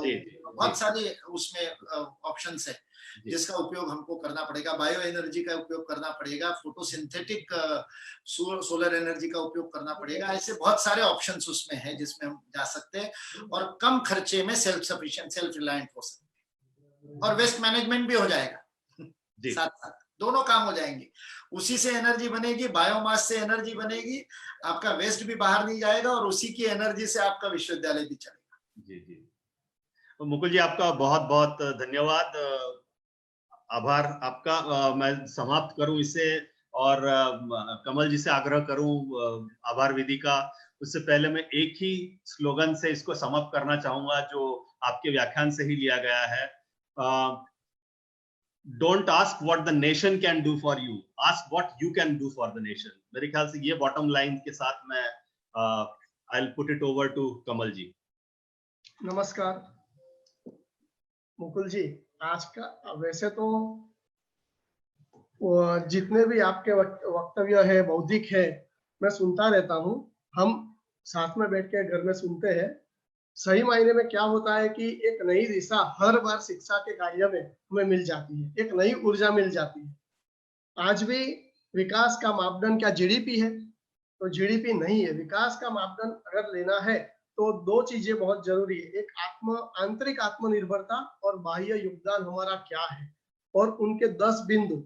तो सही मायने में जब भी हम आपको सुनते हैं, हमारा एक विजन, एक गोल कुछ क्लियर हो जाता है। और आज ज्यादा समय न लेते हुए मुझे आभार विधि का एक सुखद दायित्व मुझे दिया गया है, तो मैं हमारे फिलोसोफर, हमारे गाइड, हमारे फ्रेंड्स यानी आप का सबसे पहले आभार व्यक्त करना चाहूंगा। आप एक अति व्यस्त व्यक्ति है और भारतीय शिक्षण मंडल के संगठन मंत्री होने के अलावा शिक्षा के कई संलग्न एकाधिक कार्यों में व्यस्त रहते हैं। लेकिन जब भी हमने विश्वविद्यालय की ओर से आपको कोई भी कार्यक्रम के लिए आग्रह किया, तब आपने हमारे निमंत्रण का मान रखा है। विश्वविद्यालय की ओर से आपका बहुत आभार व्यक्त करता हूं और एवं आपका धन्यवाद करता हूं। हमारे विश्वविद्यालय के कुलपति श्री प्रोफेसर परिमल व्यास जी के भी हम आभारी हैं। आप रचनात्मक कार्य में हमेशा तत्पर रहते हैं और पूर्ण रूप से आपका उस कार्य में पूरा सहयोग रहता है। हम आपका आभार व्यक्त करते हैं। कोई भी कार्यक्रम होता है तो श्रोताओं के बिना संभव नहीं होता, अतः आप सभी श्रोता बंधु भगिनी को अंतर मन से आपका आभार व्यक्त करता हूं। आखिर में जिसने भी इस कार्यक्रम को सफल बनाने के लिए प्रत्यक्ष या अप्रत्यक्ष रूप से अपना योगदान दिया है, उन सभी का मैं आभार व्यक्त करता हूं और अपनी वाणी को विराम देता हूं। जय भारत। नमस्ते मुकुल जी। नमस्कार। बहुत बहुत आभार, धन्यवाद। परिमल जी प्रणाम।